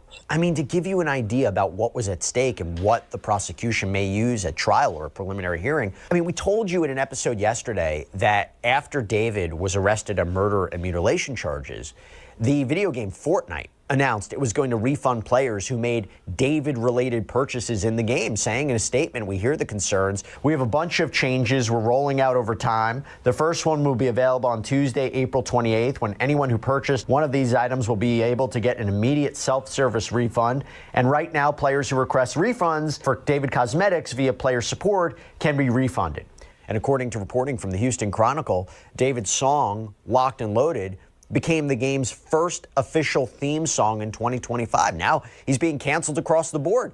You have companies like Universal Music Group working to remove the songs that he apparently did in collaboration with their artists from streaming platforms. And I say all that because, again, think about what was going on in his life. Think about the height of his career at that time. So a lot of companies are distancing themselves. Yeah, I'm telling you, an allegation is strong enough. Just an allegation alone is strong enough for you to lose a lot of potential. And unfortunately for David, he's under this type of accusation. Jayoma, in your heart of heart, like, no lawyer talk, no defense lawyer talk, genuinely in your heart of heart, like, because you know he's not gonna hire you, man. So you don't have to keep on trying to apply your heart of heart, deep down in your heart. Do you think he did it? Yes or no? Okay, I don't think so. Artlist Studio is Rage bait. Rage bait. Rage bait. He said it out his own mouth. I don't think so. Collaboration with their artists from streaming platforms. And I say all that because, again, think about what was going on in his life. Think about the height of his career at that time. So a lot of companies are distancing themselves. Yeah, I'm telling you, an allegation is strong enough. Just an allegation alone is strong enough for you to lose a lot of potential. And unfortunately for David, he's under this type of accusation. Jayoma, in your heart of heart, like, no lawyer talk, no defense lawyer talk, genuinely in your heart of heart, like, because you know he's not gonna hire you, man. So you don't have to keep on trying to apply your heart of heart, deep down in your heart. Do you think he did it? Yes or no? Okay, I don't think so. It's just, there's so many different outlets that are out there. It looks like the investigation is targeting him and not looking at any other potential perpetrators that are out there. And the real killer might be out there. And it would be a tragedy. So what evidence are you seeing that there's another killer out there? Like, since you're saying all of this is just allegations and stuff, what is the evidence that you see that we might not be seeing that there is a different killer and it's not David? The murder looks too perfect. The cutting of the fingers, that's the most significant. Because if he was just mad at her, for trying to expose her, why cut off the fingers? His name is on there. Right. He didn't want the body to be identified. Wouldn't that lead to you? Wouldn't that show investigators? No, that would actually send them in a whole different direction. If they don't see that, I think he was hoping that she wasn't going to be identified. They're going to identify her. DNA is there. When they do the teeth, they can identify through dental records that's her. They're going to know it's her. So you can't avoid that. But it's just the cutting of the fingers. It's like it's purposely done to show that it's David and David only. And so that's why I say it's too perfect. Right hand on the Bible, you genuinely don't think he did it? I genuinely think that you have to convince me beyond a reasonable doubt. What about anybody else? Any other possible suspects? They never. So yeah, he's trolling. He gotta be trolling. I'm pretty sure deep down in his heart, he know David did it. Looked into that. And that's How do you know they never looked into it? Because they didn't say it. They're not saying it. There's no, like, look at everything that you said to me in this whole video. There's nothing that says there's this person, there's that person. We looked at, no, they focused directly on this guy. Does every case need to look at multiple people to be suspects? Yeah, you have to. Wouldn't it be? So if there's a mass shooting, you have on video who did the shooting, do you have to suspect that there was other people during the mass shooting? Or can you? Yes, because videos can be incorrect. Okay, allegations can be very, very incorrect. You have to look at all the possible suspects that are out there. If you don't do that, that's a bad investigation. That's a very bad investigation. That could cost him his life. So that's why my mind is more like, you prosecutors must prove to me beyond a reasonable doubt that it was David that did this and not anybody else. And chat, I'm seeing some people in the chat saying you're a fake attorney. Chat, he is a very real attorney. Very real.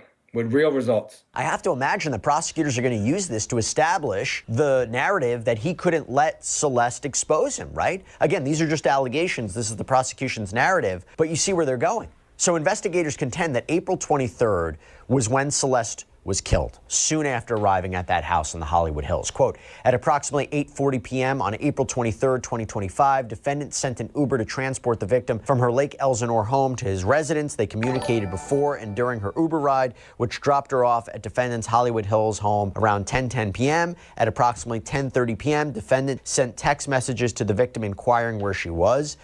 So, does this make sense to you? She got dropped off at 10:10 p.m., yet he's texting her at 10:30, hey, where are you at? Wait, he texted her at 10:30? She got dropped off at his house at 10:10 p.m. Okay. But he's texting her at 10:30, so 20 minutes after, where are you? 20 minutes is a long time, wouldn't you agree? Yeah. 20 minutes, a lot of things can happen in LA. People could be kidnapped in 20 minutes. People can be taken from their location in 20 minutes. What happened to her? And why are we focused on David? It could be somebody else. Hollywood Hills, that's a walking lick place. You want to get somebody, that's the place to go. So if you're saying someone else did this, what you're saying is it had to be someone close to David because they had to have access to his car to put her body in his car. I'm not saying it has to be David. I'm not saying it has to be somebody close. I'm saying it could be somebody close or it could be a random person, an opportunity. How can a random person get access to his car? Follow him. You know, if you're in LA, you go to LA, you'll bump into somebody that's famous. PNB Rock was taken advantage of like that. Nobody was like, oh, I'm going to go hunt him. No, it was more like, I see it. I'm hungry. Let me go take advantage of the situation that's here. And I'll tell you, dude, I wanted to go practice in California, which technically I can. I just have to go an extra step. But in LA, when I went there, I was in the court building. Almost every courtroom was in a murder trial. There are so many murders in LA. This might be another situation. But my problem is, what if David goes to prison for something he didn't do and the real killer's out there? Is that a world that you want to live in? What if David did this and we get him free? Was that a world you want to live in? If David did this, then he's going to be found guilty and they're going to set his punishment. But we don't know that. OJ got off. OJ got off? I think he was found guilty because it looked too good. That murder looked too damn good. Just like this. This murder looks too damn perfect. And that's my reasonable doubt. And that's why I would vote not guilty. So if you were a juror, you would vote not guilty just based on it looking like it was him too much. Yeah, at this. Like this, if this was the evidence right here, what you just showed me, I'd be like not guilty. Because it's silent to any investigation to any other lead. Where is it? Did y'all just focus on David because he's rich? He's up and coming? He's young? He's black? Why are y'all just focusing on this guy? What about somebody else? Will contend this was part of defendant's premeditated plan to cover up the murder, as she was already dead by this time. If that's true, that is a quick turnaround from when she arrived to when she was killed, right? And that goes to that premeditation aspect, lying in wait. Quote, knowing he had to silence the victim before she ruined his music career as she had threatened, very soon after her arrival at his home, defendant stabbed the victim to death multiple times and stood by while she bled out. At no time did he call law enforcement or 911 or take her to an emergency room to attempt to save her life. So, I mean, wouldn't that be the smart thing to do? Hey, you Uber your friend over to your house. she's not around, she's missing. Wouldn't the best thing to do would be to call 911? No, I mean, how many times has that happened to anybody out there where you expect somebody to show up and they don't show up? Do you automatically call 911? No, they're just like, maybe she went to go get a taco. Maybe You can't say that though, because he ordered an Uber. Uber's not going to just drive over to somewhere without the passenger in the car. Yeah, well, where's the Uber video? I want to see that. I want to see, did y'all really drop her off? I want to see, did that Uber driver like really take her to the house? What happened in those 20 minutes? We don't know that. What investigation went into those 20 minutes between her being dropped off to the time he texted her, "Where are you?" Where is the investigation there? I don't see it here. We have got to the point where literally anybody can build a fully working app without knowing how to code. And that's reasonable. Despite knowing she was dead and her family was trying to find her, the evidence will show defendant lied and claimed he didn't know where she was. In fact, defendant drove to Santa Barbara County. This is something we've always talked about before. Drove to Santa Barbara County immediately after the victim died, attempting to dispose after of he her tries to property defend and this, I destroy might be evidence. At approximately 11:30 p.m. on April 23rd, 2025, he drove away from his home as he texted and called the victim's phone, asking where she was. Again, these were acts calculated and planned to set up his defense within a very short timeline after the victim's vicious murder. Defendant drove his Tesla north on the 101 freeway to San Marcos Pass Road, SR 154, near Lake Cachuma in Santa Barbara County. He returned home early the following morning on April 24th, 2025, before going to a radio interview for the release of his album that week. He sent 2 additional texts to the victim's phone that day, which obviously went unanswered because she was already dead. After April 26, 2025, defendant never attempted to contact her again. And if that's true, that would be strange, right? Because if that's the case, if you like somebody or you gave somebody an opportunity and they stood you up, does that make you feel good? No. And it's not disposing of evidence. It's more like, I'm not fucking with you no more, dude. I'm not fucking with you at all. So if me and you, we're cool, right? If you stood me up, right? And you just completely ignored me, I'm gonna be like, F Gideon, dude. Here's his jacket. I don't care about his jacket. I don't care about his bag. I don't care. Because Gideon stood me up. And even while I'm trying to grow my career, he stood me up. That doesn't look like I'm getting rid of evidence. What that looks like is a person who is fed up for being stood up. It looks like he didn't know at the time that she was murdered. That's what I'm saying. That 20 minutes, we don't know what happened. And then all of a sudden he goes, I'm charged with murder? Oh, I thought she ghosted me. And now they're saying I'm disposing of evidence. No, I just got mad. I never murdered her. So you got to drive 40 minutes, an hour away to throw someone's belongings somewhere? I don't think he went to drive there just to throw it away. I think he was there to just, I don't know, meet somebody else, eat food. So you didn't. So as his criminal defense lawyer, right? You didn't defend the fact that they have a sexual relationship and that she's 13 years old and he shouldn't have this relationship with a minor. On top of the fact that he sent this minor an Uber to his home.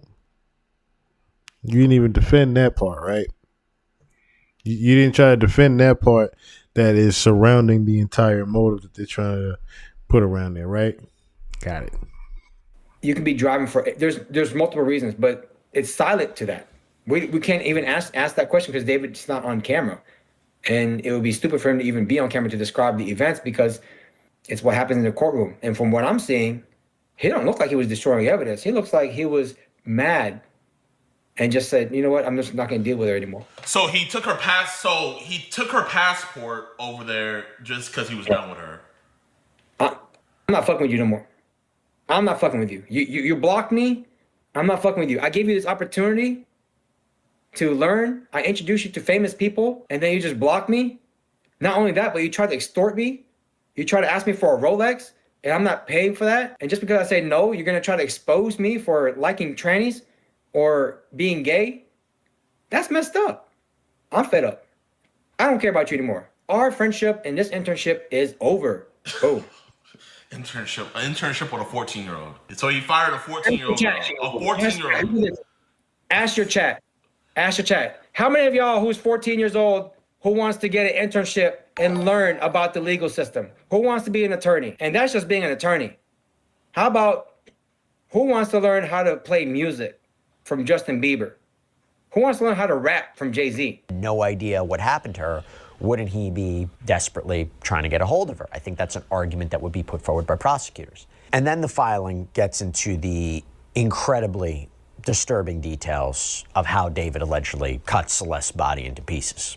Quote, tellingly, defendant subsequently purchased tools to carry out his plot to dismember or dispose of the victim's body. On April 24, 2025, defendant ordered a shovel from Home Depot that was delivered to his home from Postmates. On May 1st, 2025, defendant ordered and subsequently Amazon delivered 2 chainsaws to his home. On May 5th, 2025, defendant ordered and Amazon subsequently delivered a body bag, heavy-duty laundry bags, and a blue inflatable pool to his home. He made defend that. He made purchases under the fake name Victoria Mendez. Who is Victoria Mendez? That sounds like the gardener. I'm not saying all Hispanic people are like landscape people, but it looks like somebody who needs supplies to do work. Chainsaw? What do you need an inflatable pool to do work for? I have no idea why people need inflatable pools. You might want to ask Victoria Mendez. Had the investigators asked Victoria Mendez what was she going to do with that pool? You know, you could change your name on these apps. I do it all the time on my DoorDash. Wait. So you're telling me sometimes that I'm Dwayne Johnson on DoorDash. You could change your name, but I'm all Dwayne these material are coincidentally ordered to his house after she goes missing. I have no idea, but I don't see any investigation looking into somebody else doing this. Made these purchases under the fake name Victoria Mendez. On May 8th, 2025, defendant returned to the same area in Santa Barbara County, leaving his home around 11:30 p.m. So why are we going back to the same place we threw all her stuff away at? Well, we had to clear our mind. I'm done with her. I'm going to throw all her stuff away. Why are we going back to that same spot? I have no idea. I don't know what he left there. I don't know what's there. He might have left something that's really important to him. A ring, money, credit card. I have no idea. Again, on May 31st, 2025, this is an isolated site off SR 154 where the victim's identification was subsequently discovered in January 2026. Additionally, on July 7th, 2025, defendant ordered and subsequently Amazon delivered a burn cage to his home under the same fake name as part of his plan to incinerate evidence. We've talked. So not only did he use the same name for Postmates, but he used the same name for Amazon, and it's all getting delivered to his house? I have no idea. What do you mean? The prosecutors have to prove to me, like, this is the conspiracy. Like, it was all premeditated. You have to prove that to me. Okay, what would have to be proved to you? Like, word for word, what would have to be proved? I want an investigation that should have been done at the time that somebody else did this. If there was no investigation, this looks very biased. So what if they show that they looked at other people and all the evidence is still pointing at David? Then it will help. Then it would help to be like, okay, there's a step further to me saying that David did it. I'm just not going to be the type of guy to be like, yeah, he did it. So at the Nuremberg trials, would they have to say, hey, somebody else maybe orchestrated all of this stuff besides Hitler before you say, yeah, Hitler said, let's start the genocide? Would that have to happen? Oh, at this time, for us to see what Hitler did, we have the opportunity and to see it by hindsight. At the time of that incident, I need to see that. And this is where we're at right now. We're not looking at David's case like 15 years from now. We're here on this date. And there's still some questions that I have regarding whether he's going to be guilty or not. About that before with Steve Fisher, the private investigator. Quote, moreover, defendant took horrifying measures to destroy and discard the victim's body. After placing her body into the blue inflatable pool to prevent her blood from spilling onto his garage floor, defendant used a chainsaw and perhaps other tools to cut off her limbs. Small blue plastic fragments were found embedded in the victim's remains, which were collected by the Los Angeles County Medical Examiner's Department. The fragments were analyzed by the LAPD's Forensic Science Division Trace Analysis Unit. An expert was able to match a physical fit match from the blue fragments to the blue inflatable pool purchased by defendant in May 2025. So this sounds definitive that this happened in his house. So her body's found in his car. He arranged an Uber to come to his house. He was the last person in contact with her. all the purchases that he made are also found on her body by a medical examiner. He asked her, "Where are you?" Do you remember that? Yeah. Where are you? And those 20 minutes passed. Where are you? That's something that's sticking out to me. Like, you can tell me all these things that, you know, the people. See, he's trying to use that same tactic that I say he used them before, where he's trying to talk around what he just asked them. Like, yo, they just presented all of this evidence as far as was transported in the Uber from Lake Elsinore to his home. The things that he bought after the fact that she went missing. The date of, the proof of the sexual relationship, the text messages, and all you could think about is the where is she? That's not going to hold up in court at all. And the fact that he keeps trying to use that, he would be the worst attorney in general. So I want to pull up real quick. Like I said, I already knew where he was going with the rage bait, but I want to pull up real quick the channeling.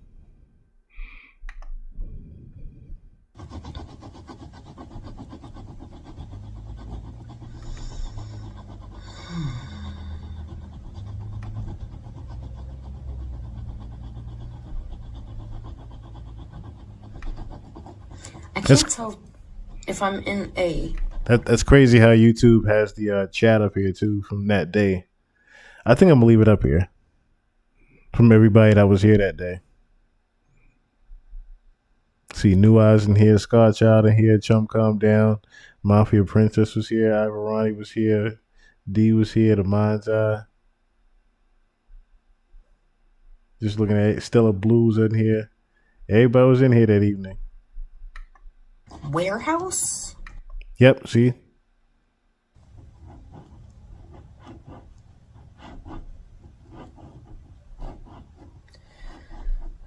This is really giving me like adolescent vibes where... Okay, I want to play it because I did catch it the way I was supposed to catch it. Okay, so about right here. I just saw,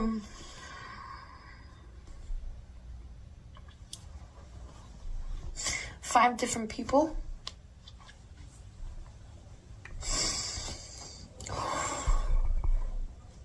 Don't say they gang They raped all her. had knives. Oh, Each one. They gang raped her and killed her. There was candles.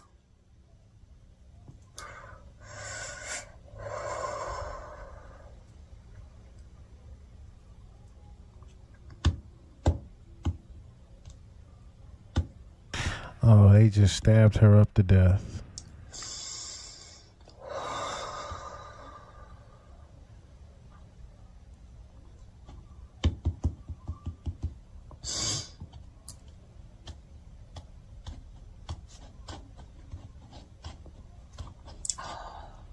They all,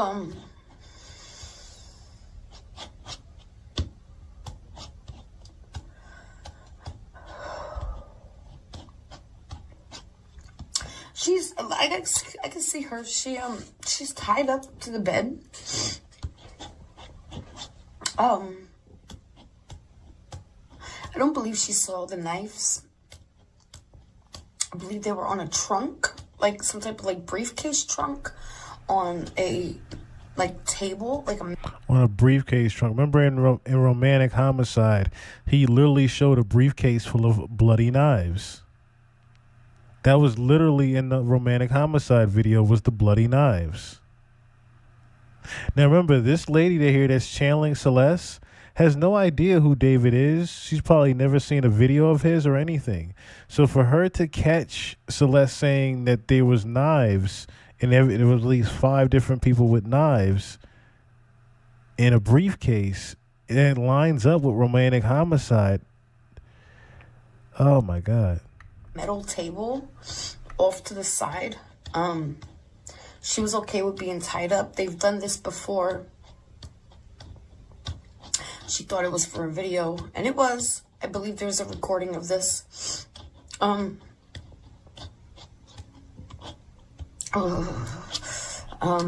You're not being very subtle with your name being David either in the chat. I hope there's enough people here in the chat looking at this. David. Oh yeah, I forgot about this part. This was the part where David himself actually entered the chat while we were listening, ironically, to the channeling of Celeste Spirit. David actually popped into the chat.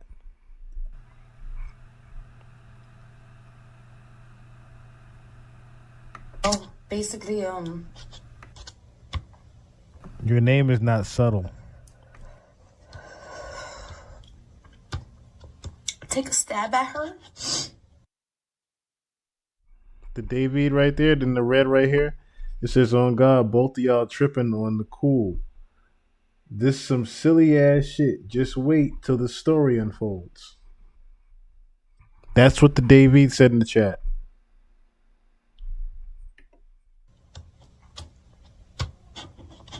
I feel like to like the midsection, like the stomach area. I'm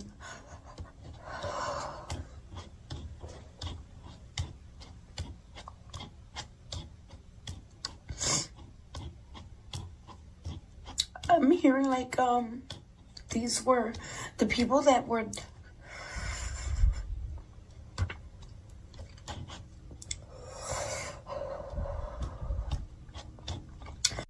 You see what he responded with too?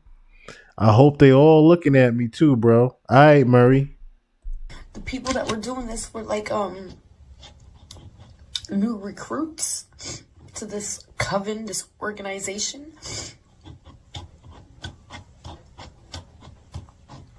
Now, not to bring it off subject as well, you hear that pretty much that there were about 5 people that were involved. There were different people that had different knives. There were different people that were somewhere that were recruits involved in this human trafficking organization that were there to help cut up her body. And that you heard Steve Fisher already said that there were people that took transactions and money. There was also multiple people that was involved in this murder. You heard the lead investigator, Steve Fisher, confirm that recently.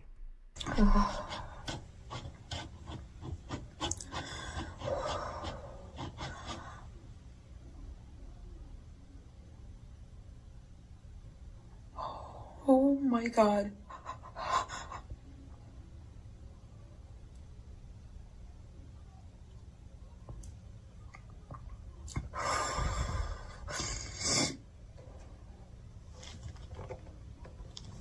Oh, my head hurts. Okay.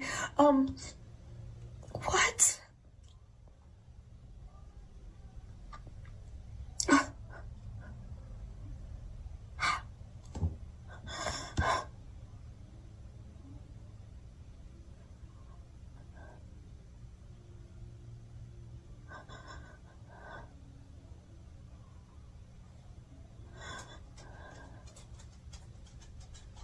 Somehow, some way, this connects with Selena Gomez. Bruh, yo, I literally said that same shit. I said, yo, Benny Blanco got something to do with this. Because when I saw the interview with you, David, and Benny Blanco, that's the first thing that I thought of. Because Benny Blanco is friends with Scooter Braun. Scooter Braun is linked to human trafficking. That's the first thing I thought of when I saw you and Benny Blanco together, was Scooter Braun. And the first name she think of is Selena Gomez.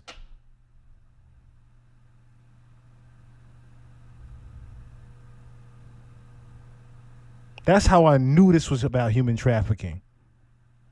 When I saw Benny Blanco, Selena Gomez's handler.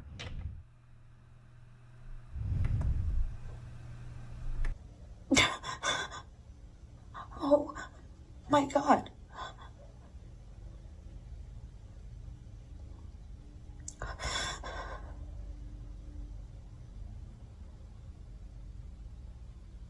Oh my God.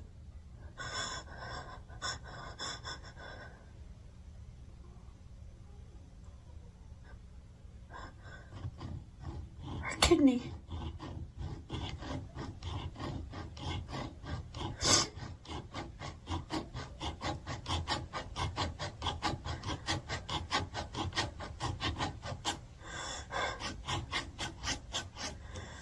Oh my God. What?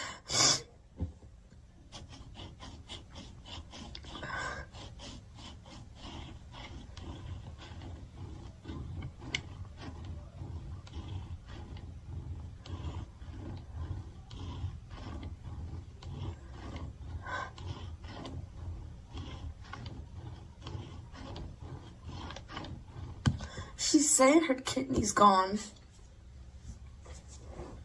I don't know when this happens. I don't know if this is happening in this moment or after every, like, I'm guessing it's after everybody takes a jab at her.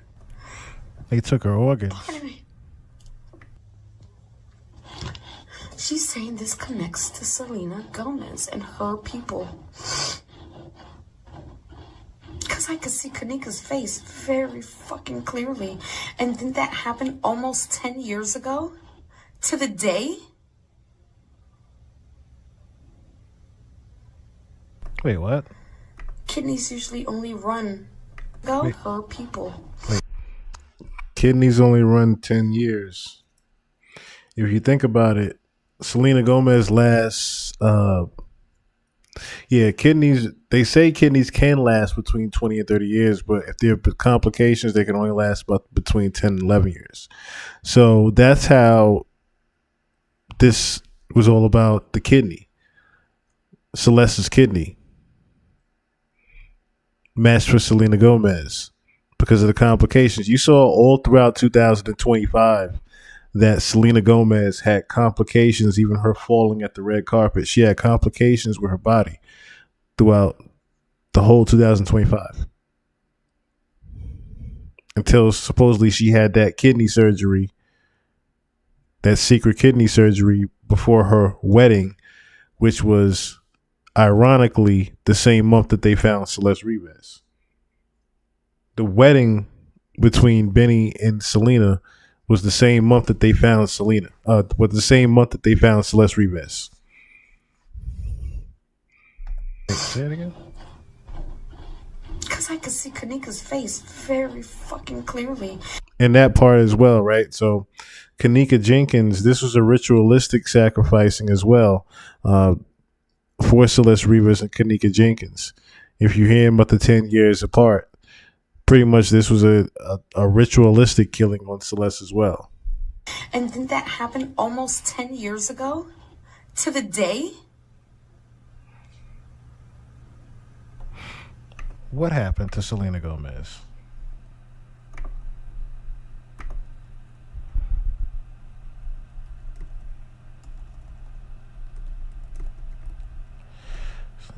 What happened to her?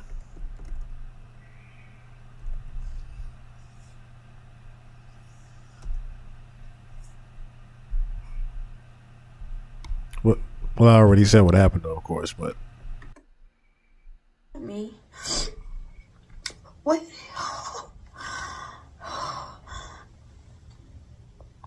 Oh, my head. Oh. What Drake had him do in that basement.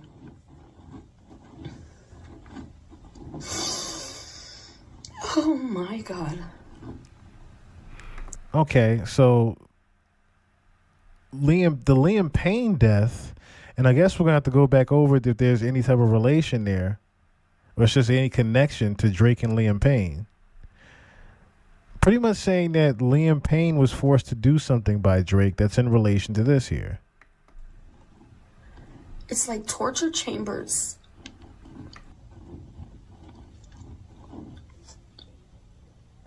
Celeste is bringing another girl forward.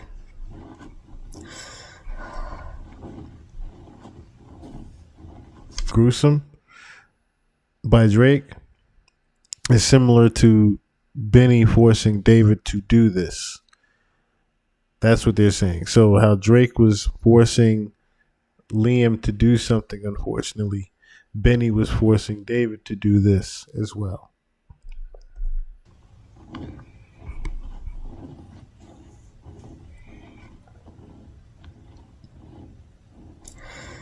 I got Selena Gomez. Kanika's bringing through. I got Liam Payne. And he's bringing through Drake and what he did and what he had Liam do. I also have Selena Gomez's boyfriend. You heard it. You heard it right there, didn't you? Her boyfriend.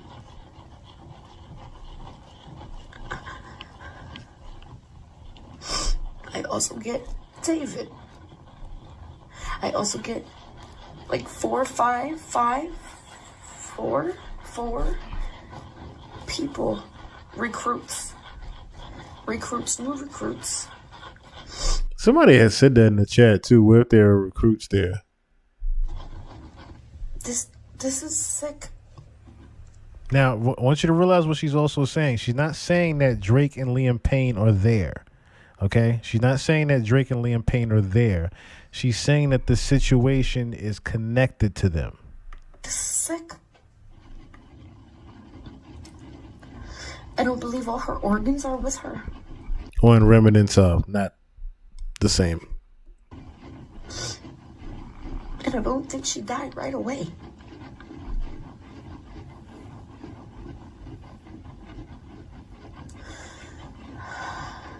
I see another female with David alive. Feeling like I'm in charge now. Everything that was Celeste is now mine.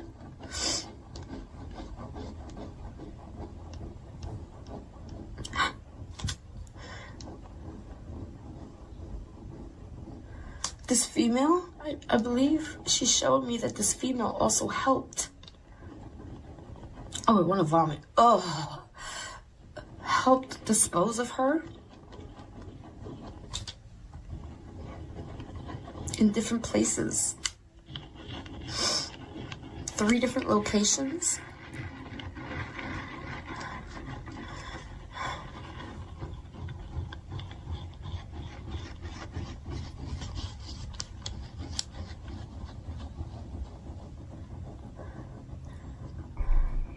Now, that makes me wonder if the people in the bathroom, that makes me wonder if the people that were in the bathroom that were talking about the smell, that makes me wonder if they were a part of this in some sort of way. This is something they all have to do to truly get in to this industry and to be considered a top artist, to get into all the radio shows.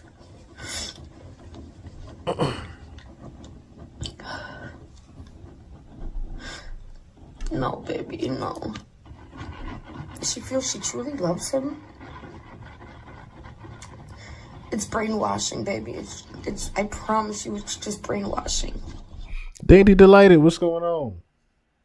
I was wondering about this management. Did she say Drake? Yeah, she did say Drake, but Drake and Liam Payne necessarily wasn't there. It was just in remnants of, pretty much. This kind of explains Pusha T being a handler when people say he wasn't being a big artist. Yes, very much so. Very, very much so.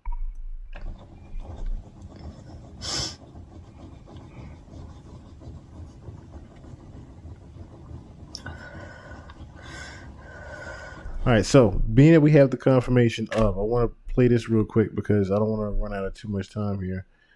It's already 2:23, and I do have to play out the documentary.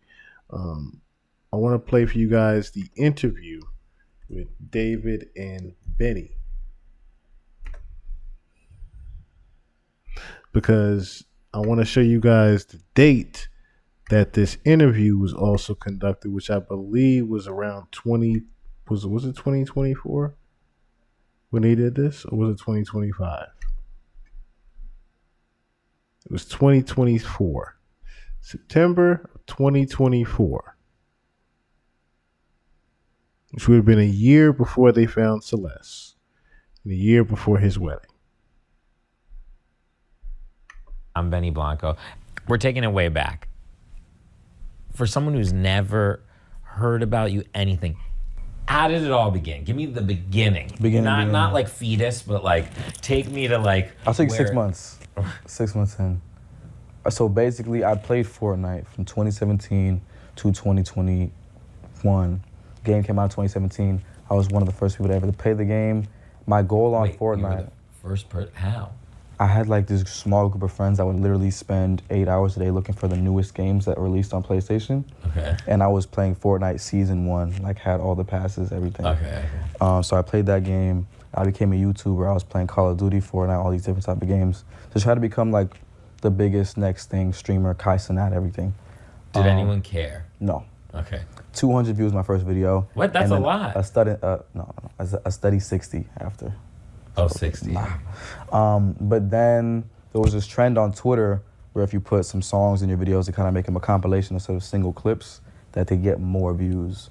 So everybody on Twitter started using songs from like the mainstream of the mainstream artists, and then underground artists started paying them to use songs. But nobody paid me because like nobody watched my videos. So I started putting the mainstream songs in, and then there was a point where there was no copyright strike. So I was making so much money because I was getting 200,000 views, 300,000. Wait, so how did you start getting a lot of views? The mainstream songs. The songs have an algorithm to them. So let's say 2 people use, I don't know, Halo, and then 3 people use them, 4 people use them. That song, if you hear it in enough videos, your video will be the one that goes up. I don't know how it works, but on YouTube, that's how it works for Fortnite. So you literally, nothing changed in what you were doing. All you did was just put one song in. Put a song in a video. Everything changed. And then you got like overnight? Literally overnight, yeah. Like how many views? My YouTube channel's still up too to this day. 300,000, 400,000. Some got millions, like. Okay, so that just happened. Like that. Okay, and then what happened? So then fast forward like a month or two, I'm making a lot of money. My mom's like, okay, maybe the game's not rotting your brain. I start getting copyright strikes left and right from UMG. And I'm like, what in the world is UMG? I don't know what UMG is. Yeah. So I'm not making any money now. I got the red money sign on all my videos. And I'm like crying to my mom about it. I'm like, yo, I don't know what to do. I'm not making any money anymore, blah, blah, blah. And she was like on a phone or something. She was like, just make your own music. Go, get out of my face. Make your own music. I was like, wait a minute. I could probably do that. And you never did it before in your life? Never. I've never touched like a DAW, anything. I played instruments. I was in church choir when I was 13. Did you sing? I sang. I couldn't sing, but I sang. So you just literally only made music so you could make a few more dollars Exactly. Okay. That was it. How did you make your first song? So this is December 21st, 2021. And I looked up how to make music on iPhone, and this app called BandLab comes up. I click on it, I put my Apple earbuds in, and I use my sister's closet as the studio. So I'm like in here, it's dark. We got like robes and everything, blankets, whatever. And I'm looking up type beats on YouTube. I looked up emo piano type beat for the first song I ever dropped. And then I freestyled the whole thing, pitched it down, slowed it down, tried to make, because in 2021, all the chopped and screwed stuff was still like kind of trending. So I dropped it on SoundCloud. Didn't put it in the video yet, but then it started going up on SoundCloud, and I was like, okay, it's time. But how's it going up on SoundCloud? This guy just looks like such an alien to me. Benny Blanco, he looks like such an alien to me, dog. Like I can't help but think that he's something different. He is definitely something different. But I want to play this little part right here, of course. Then one other part right here. But then people didn't connect the dots still. So I Show me changed that my one. name. Show me I got that you. first. I got you. This right here. Alvin making original music, 2.2 million views in 2022.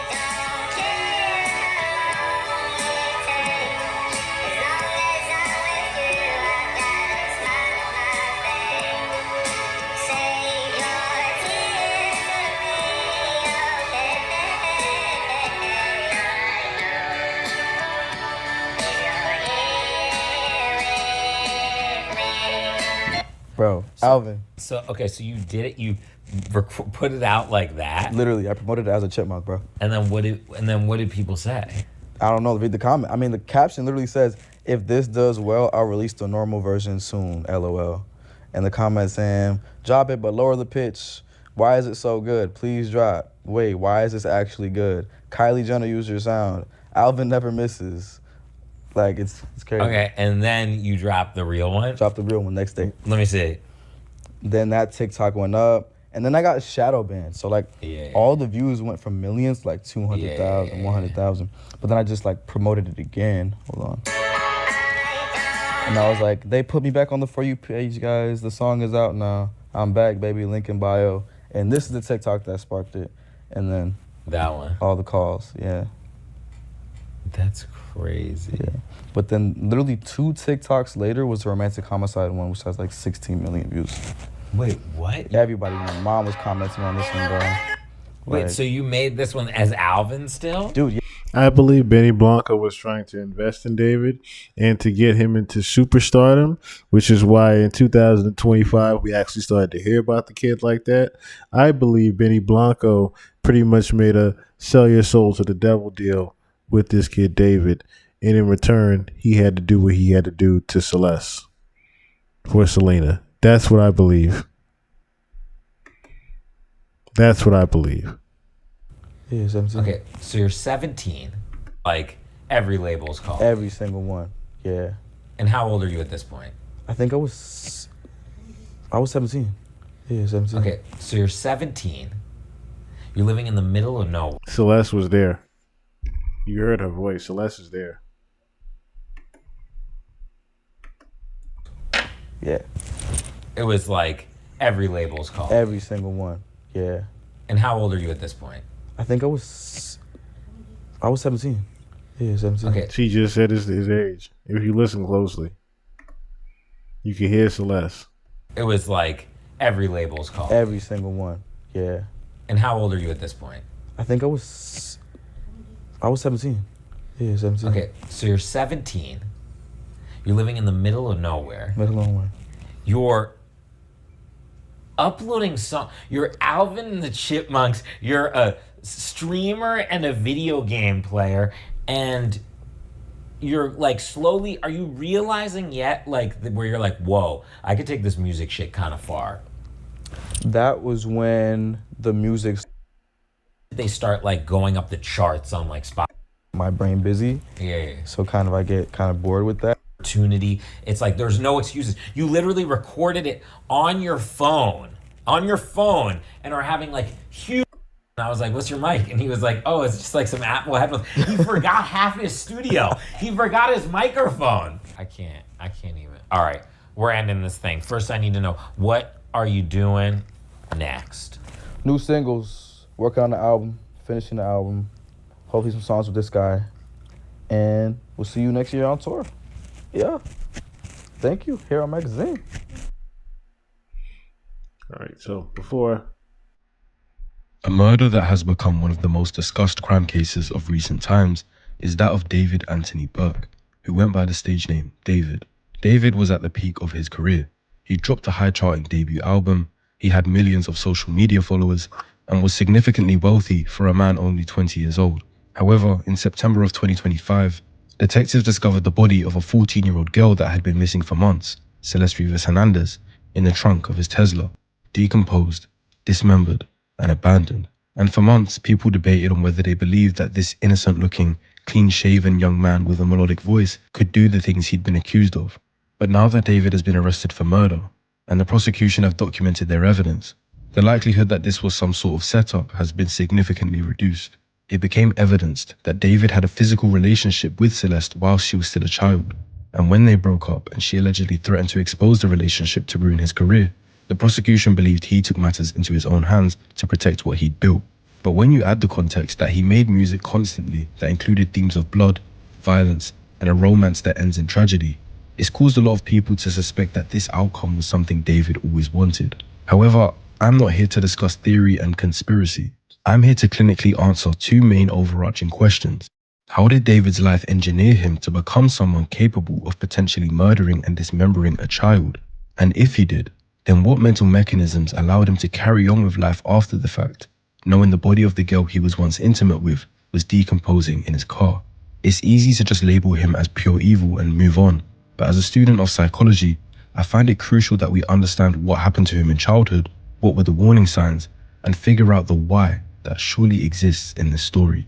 There's a lot of questions I've seen online that I think I have the ability to answer by the end of this video. Answers that will give you a genuine understanding into the mind and psychology of David Anthony Burke. I played it for her in the car. She was like, "David, this song is too violent. You talking about killing people in your music? No, not my son." I was like, wait, I might be onto something.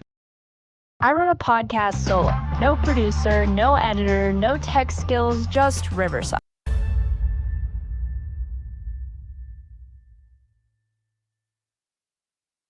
Let's start from the beginning. So, you're a New Yorker. New Yorker. Queens, New York. What are your parents like? Are they musicians? Not at all. My dad is a litigator for a law firm. My Okay. mother was a teacher. She doesn't do it anymore, but she does notary now. David Anthony Burke was born in Queens, New York, to Colleen and Dawood Burke, two Christian parents that seemingly would give him a tough and controlled upbringing.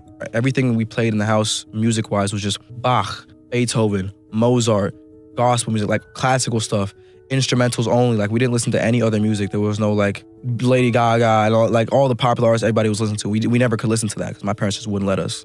It was just like straight classical stuff. It was literally nothing. It was all gospel and like classical, Mozart, Bach, like all that kind of stuff. Because my parents wanted me to be really smart. They never like talked about college or anything like that, but they always wanted me to be very intellectual, very put together, have an idea of what I'm doing, but they never like listened to music like that at all. Trying to control what your kids listen to and the content they can envy.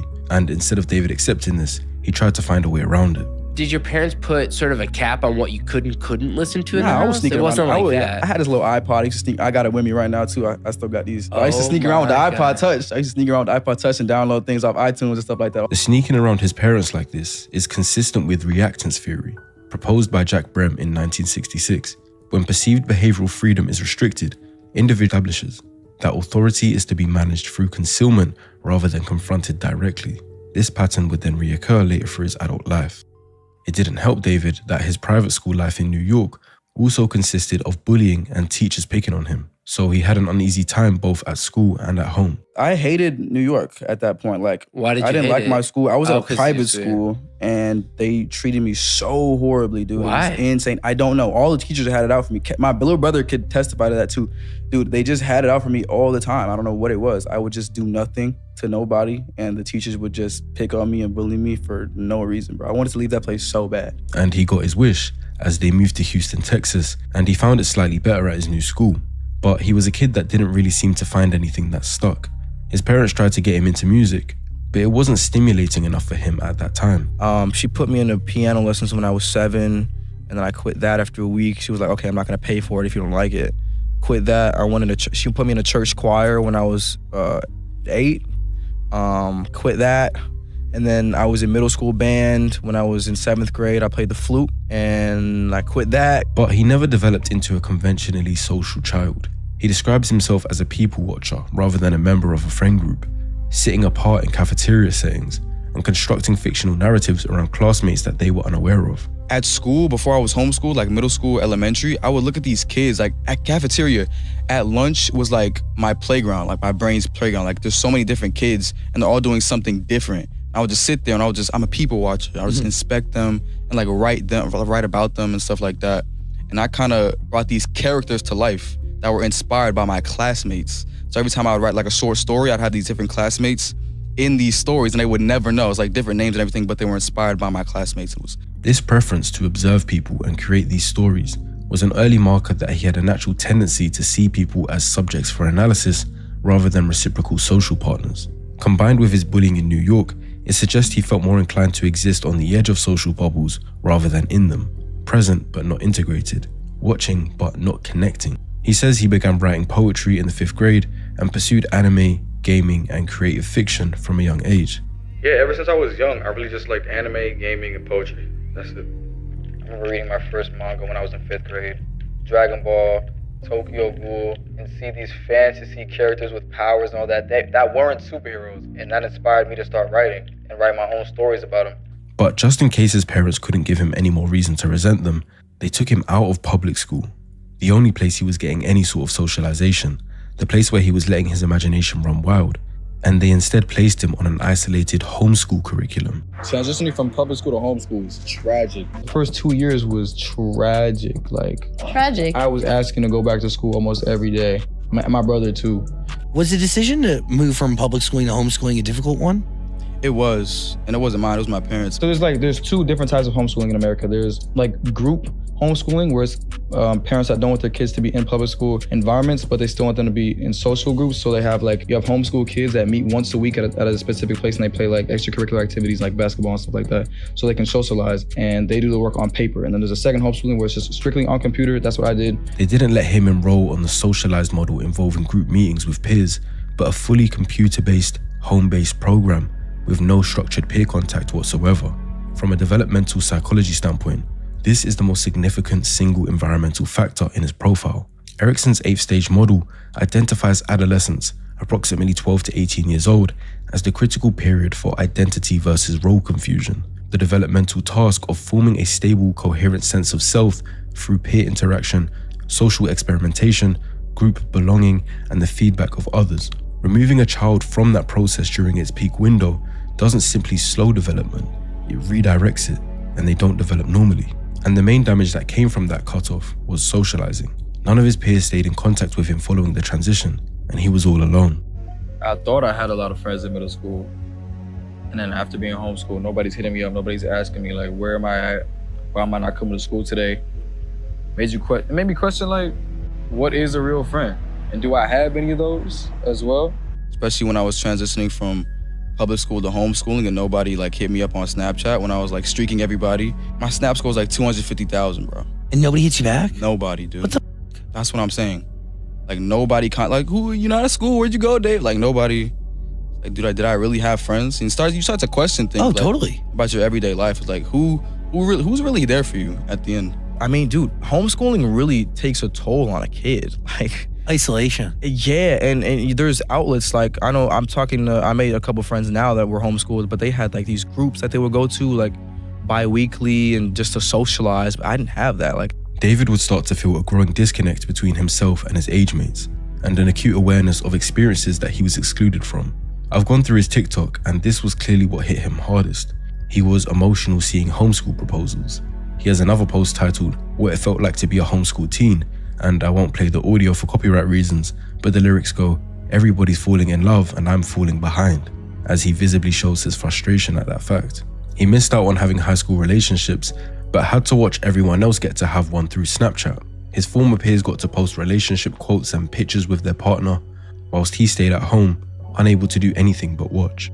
As the caption says, homeschool and being on social media 24/7 was not a good mix. In another post, he says his superpower is never being able to express my feelings properly because I was homeschooled and had no social life for 5 years. And on another, he says, I was homeschooled all my life. I never got to experience any school dances. When adolescents are denied normal peer socialization, the need for connection and belonging doesn't disappear. It finds alternative channels. In David's case, that channel was the internet, specifically Fortnite, YouTube, Discord, TikTok, and eventually music. During his homeschooled years, David describes Fortnite as his primary social environment. He engaged in squad fills, which is where you're allowed to join games with strangers and talk to them if you have a headset and mic. And he allowed people to vent their personal problems to him. Especially being homeschooled and not having a social life, right? So I'm on the game, I'm talking to all these random people, and they're talking to me about their life problems, using video games to escape the real world as much as I am, and then living my life vicariously through them and like writing songs about their lives. Yeah. I would go on Discord and I would go on Fortnite and I would go on like squad fills and I just let people talk to me and just tell me about their lives. Cause like most of these people that play video games the same way I do, they're going to it as an escape. So I was just being an open door and an open outlet for like my peers and my friends to kind of just like vent to me about different things in their like personal lives and stuff like that. And I'm like 15, 14 at this time, so I don't know how to like be a therapist, right? But it's like I'm taking this information and all these different people talking to me about different like problems and situations. I'm like, wow, this is really what humans are like. Like these are humans. The fact he says, wow, so this is what humans are like. These are humans. Tells me that this was the only way David was understanding human psychology at that time. This is a clinically unusual developmental pathway. Normally, an adolescent's model of human behavior is built through direct, embodied, reciprocal experience, like friendship, conflict, romantic experience, loss, etc. But David built his model of human psychology through a parasocial and semi-anonymous listening role, absorbing other people's problems through a gaming headset.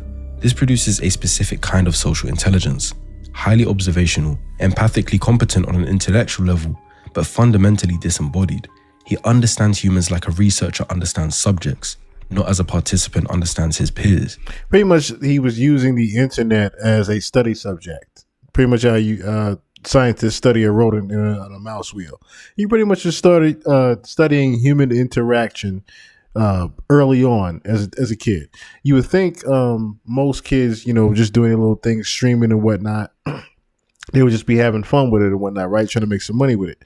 Of course, he was going to do the same thing, but they're trying to say that he was trying to do it more on an intellectual level where he was actually studying people's, like I said, actual interactions and trying to use it as manipulation later on, as you would see what he would do with Celeste. He was pretty much, like I said, learning how human interaction even worked and researching it early on through his streaming. And that's going to be significant when evaluating his later relational behavior. So he was chronically online, seemingly addicted to video games, but being home alone that much allowed him to stumble across much worse vices. Later, in his own Discord server, David disclosed a sustained pattern of consuming gore content beginning at approximately 14 years old, following the accidental exposure to a cartel execution video. Gore is real-world violence and injury, fully uncensored, including death and murder, and he was discovering that and watching it repeatedly at 14 years old. Yeah, see, he was already introduced to the black web. You can't get that type of video unless you are introduced to the black web. So he was already introduced into this deep, dark shit already.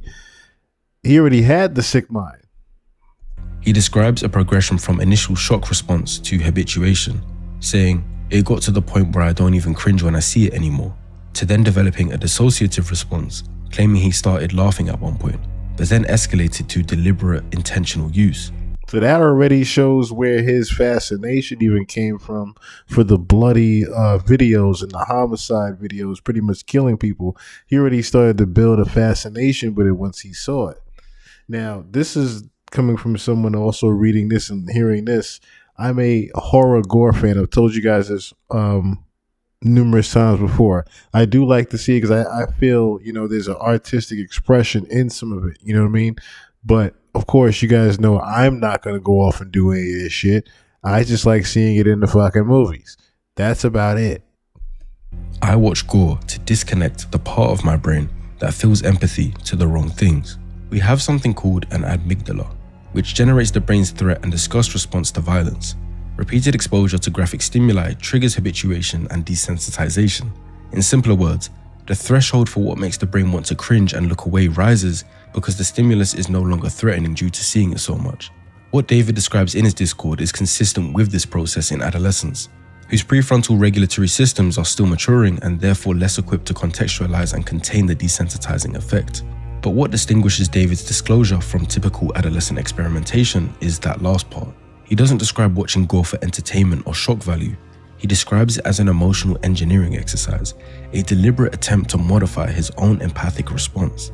This level of intentionality about emotional desensitization in a 14-year-old is far from typical and represents a significant clinical signal. This would have been a major warning sign and red flag that David was gaining the ability to care less about human life. Creating custom clothing with Tap Stitch is simple. Start by choosing He was already creating the disassociating with caring about human life, pretty much. This Atami character was already developing at an early teenage. Same isolated period, David developed an elaborate alter ego he called Itami. What did I tell you? What did I tell you? This is my first time watching this shit. What did I tell you? Itami was coming at a teenage. What did I tell you? A Japanese word meaning pain. I have this alter ego named Itami, which means pain in Japanese, and I'm heavily inspired by like anime and stuff like that. But that character that's in the music videos I make now was actually an idea that I had years before music even started, when I was writing my first comic book. And it was this detective that would solve his own crimes. So he was the good guy by day, and then at night he'd kind of transform into this alter ego and then commit crimes he'd solved the morning of. But Itami isn't this artistic, creative concept he's come up with. David described it in multiple interviews as a character he intended to develop into his own manga, one who was explicitly him, a detective who committed murders and then investigated them himself. Big part of that manga was an evil version of me, an agent of chaos and kind of my alter ego, and there was an evil version of myself that would kind of come out at random moments, kind of like Fight Club with Tyler Durden. And he would commit the crimes that I would have to solve as the detective. So like when I was as the detective, I'd be like solving murders that I'm committing myself. Understand that there's a difference between normal fantasy and what David's doing. We all might fantasize here and there, maybe about obtaining a certain level of wealth or driving a certain car or whatever you guys care about. Escapist fantasy uses fictional scenarios to temporarily relieve stress and provide alternative experience. The psychological concept of fantasy elaboration, however, involves constructing increasingly detailed, immersive internal worlds in which the individual places themselves, not a character, but themselves, and which begin to function as a parallel framework for understanding identity and relationships. David explicitly inserted himself into this narrative. He is not the author of Itami. He's Itami's counterpart. They share an existence. He later described Itami as the one that is weaving his way into my relationships and ruining them and inducing trauma and things like that. This language suggests that the alter ego had become a psychological container for the parts of himself he wished to disown, but weaving his way into my relationships. Interesting. Had not eliminated. David transitioned into music accidentally in late 2021 after copyright strikes on his gaming content prompted his mother to suggest he create original music. I started making music in like December 2021. I used to be a Fortnite YouTuber, bro. Like, it's so crazy. The only reason I started making music is because my videos got copyrighted, because I was using like Scissors music, Justin Bieber music, all that. And my mom was like, yo, if you're getting copyright strike, you're not making no money, make your own song. So I was like, bro, I could probably do that. Because of his ability, I know he's able to play and do, so I said, just make your own music. And that was that. So I kept doing it. And then it kind of just became this thing where the music was getting more popular than the Fortnite videos. My SoundCloud numbers surpassed my Fortnite videos numbers. Crazy. And it was out of here, bro. He had no prior musical ambition. What he did have, though, was years of accumulated internal material. The Itami fantasy, the observational psychology built through online listening, the poetry he had written since 5th grade, and a set of emotional themes like isolation, romantic destruction, duality that had no other outlet. Music gave that internal world a public form. It also gave it a socially legitimate one. Dark themes that are wrapped in musical craft don't register to us listeners as warning signs. They register as artistry. The same content that might raise concern if it was in a journal or a private communication is celebrated when it has a compelling melody behind it. David's own statements confirm that his early music was not drawn from lived experience, but from imagination and preparation. When I write music about heartbreak and the sad type of things, I write it not from experience, because I was a really homebody. I was homeschooled. Like, I didn't have much of a social outlet like that. I write it in like preparation. I feel like when you commit to love, you commit to devastation as well. I think it's a mixture of like trying to figure it out myself and then looking at other people's experiences. I mean, 'cause I've never experienced like true heartbreak either. So I write all these songs in preparation for it, so I'm not devastated, you know? So I know what to expect. He describes writing about heartbreak in preparation, having never experienced it. He states directly, I love over-dramatized themes of romance because it would never be like this in real life. I love over-dramatized themes of romance because it would never be like this in real life, so it allows you to like have more room to play around. The thematic content of his early catalog in 2022, like Bleed Out in March, Dirty Secrets in May, Romantic Homicide in July, centers on romantic destruction, hiding dark secrets, killing a romantic partner, and feeling no remorse. Romantic Homicide's central lyric, which David explains in detail in a Genius interview, is constructed specifically around the active first person. Not just you died, but I killed you. He stresses the first person agency. Which was in the back of my mind, but then you think that I'm gonna say you died, but I say I killed you. So it's not like the thought of her is gone by itself was something that she did, it was something that I decided to do. And I killed her in the back of my mind. He also describes the back of my mind as the location of this act, which is precisely where he has told us that his fantasy lives. His mother's reaction to Romantic Homicide is very ironic, but also significant. I showed it to my mother, and she was like, that song's too violent and too sad. You're not releasing it. My son is not gonna be talking about killing people in music. And I was like, I'm gonna take that as a challenge, low key. I played it for her in the car, and she was like, David, this song is too violent. You're talking about killing people in your music? No, not my son. And I was like, wait, I might be onto something, bro. She identified something real in the content. He overrode her objection anyway and released it, and that song was the one that became his commercial breakthrough. The commercial success of Romantic Homicide is a pivotal moment in the psychology trajectory. David didn't receive any social correction for expressing violent romantic fantasy. He received validation, streams, a record deal with Interscope, and multi-million-dollar career momentum. I get the first email from the labels. I showed it to them. I'm like, all right, my mom has to hear about this now. I was like, there's no way I can like sweep this under the rug. I'm getting really famous right now. And then I meet with Interscope, who I eventually signed with, and I mean on my team Mogul Vision for management that I signed on management. And then at that point, it was just time to push the button. From a behavioral reinforcement standpoint, this is near optimal conditioning. The behavior, which was externalizing dark fantasy through art, produced the outcome most desired by someone with his developmental history, which was belonging, recognition, status, and the experience of being known without truly being seen. Because not only did he blow up in music, but that coincided with social media fame like TikTok, where he got tons of engagement. But looking back on that, those fans were engaging with someone who wasn't even their true self and who never took the mask off. I got me as the artist, David, D4VD, Itami, which is the antagonist. He wears a blindfold. My gaming character is coming soon. He is like the one that's super tech savvy and stuff like that. And then my social media persona, which is also being built out as we speak. And that's the 4. He literally had a multi-personality disorder. He just said it himself. He has a multi-personality disorder. An entire identity architecture around himself with those 4 defined personas: David the artist, Itami the antagonist, a gaming persona, and a social media persona, none of which were David Anthony Burke. The actual self was not among them. What researchers describe as identity diffusion, where the boundary between constructed persona and authentic self becomes genuinely unclear, appears to be happening here. The masks were not overlaid on a stable self, they may have become the primary mode of self-experience. So David from early on learned how to switch between characters.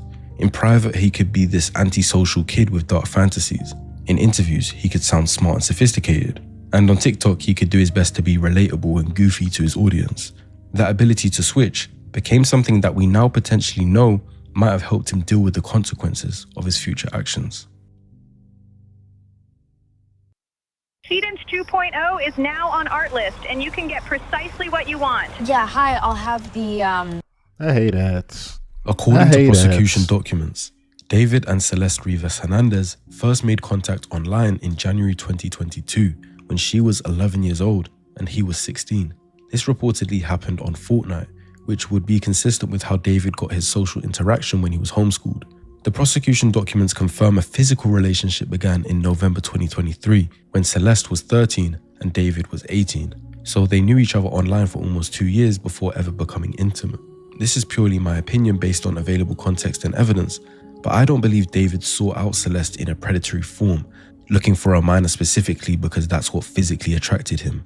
The fact he was only 16 at the time and was being homeschooled makes it completely plausible that the relationship began as some kind of intense online companionship, where he was just happy to talk to someone, with age not being one of his concerns. I believe they started off as friends who confided in each other, made jokes, and wasn't started off in any inappropriate nature. What changed it is the question.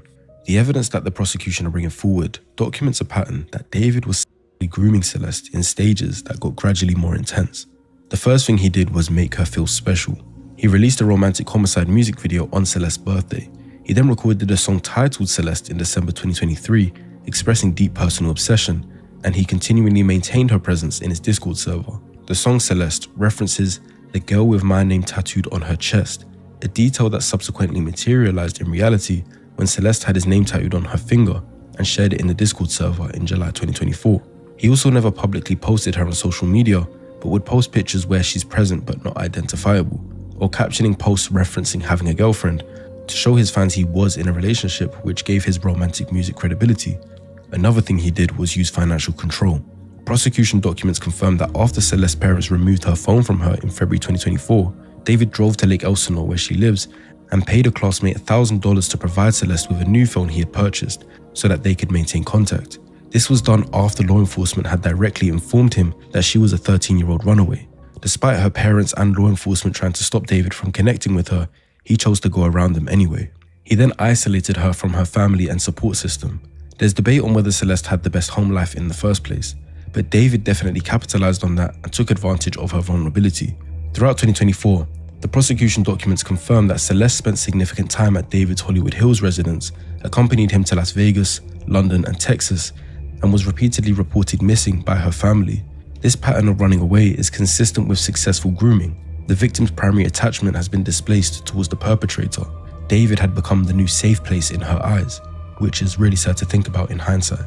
Another thing David desired was surveillance and control. It could be for humor purposes, so take it as context rather than fact, but in January 2024, after they'd started a physical relationship, he posted a TikTok with the text on the screen implying a partner telling him that she will swallow an AirTag so he gets to know her every move. It seems playful on the surface, but with the context we have, he's describing a desire for a constant location surveillance over a minor. On January 11th, 2024, David did a Twitch stream, but he had Celeste in full view of his audience, right there in plain sight. She was wearing a hoodie and glasses to perhaps conceal suggestions at her age, and they seemed to be doing a cooking stream. Season it? It's already seasoned, bro. It's Alfredo. I'm yet to find the full stream, but something gets said beforehand, and the comments start saying things like, "Pray for his career, chat. You're done for, bro. Nah, you going on the Epstein list. There's no escaping this, bro. Caught you in 4K. All messages that allude to the chat realizing that David is a allegedly. David reads these comments out aloud and questions Celeste. Are we done? To which Celeste says, we need to delete this. Pray for his career, chat. Are we done? Are we? We need to delete this. Are we? Maz, can we delete all VODs? And then as soon as the stream ends, delete the stream too? Can we delete anything? You done for, bro? Y'all are not done? Now you going to Epstein? Wait. You see the instant panic in David because he's tried to keep this relationship a secret, and this was the closest he'd gotten to being exposed. The chat continues with David and Celeste Island trip and David Epstein flight list. But something else gets said, and David puts his hand firmly on Celeste's shoulder and says, I media trained you. To which she replies, no, you didn't. I personally don't. I media trained you. No, you didn't. He says that's controversial, and she questions him with something that almost exposed his secret to the world. That's controversial. It's controversial of kids.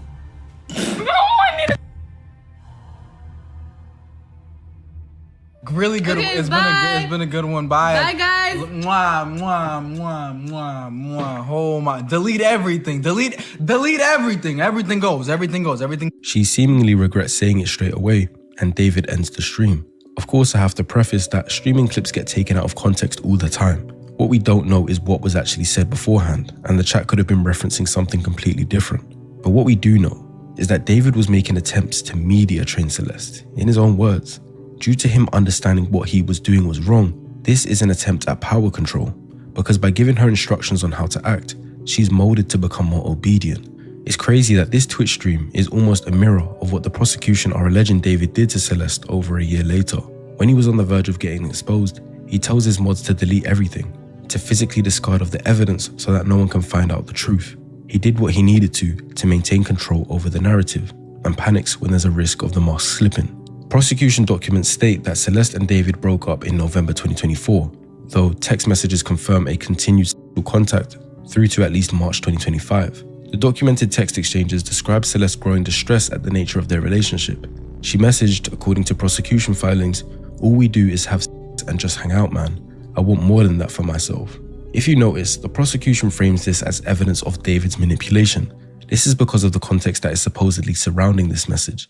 The prosecution's argument is that David had deliberately led her to believe that they had some sort of future together, that she was his girlfriend, his partner, someone he was building something with, specifically in order to maintain physical access to her and her silence. She was emotionally invested in a future I don't think he actually planned to give her. Now, before we proceed, these chains will last you generations, handcrafted from real 18-karat gold.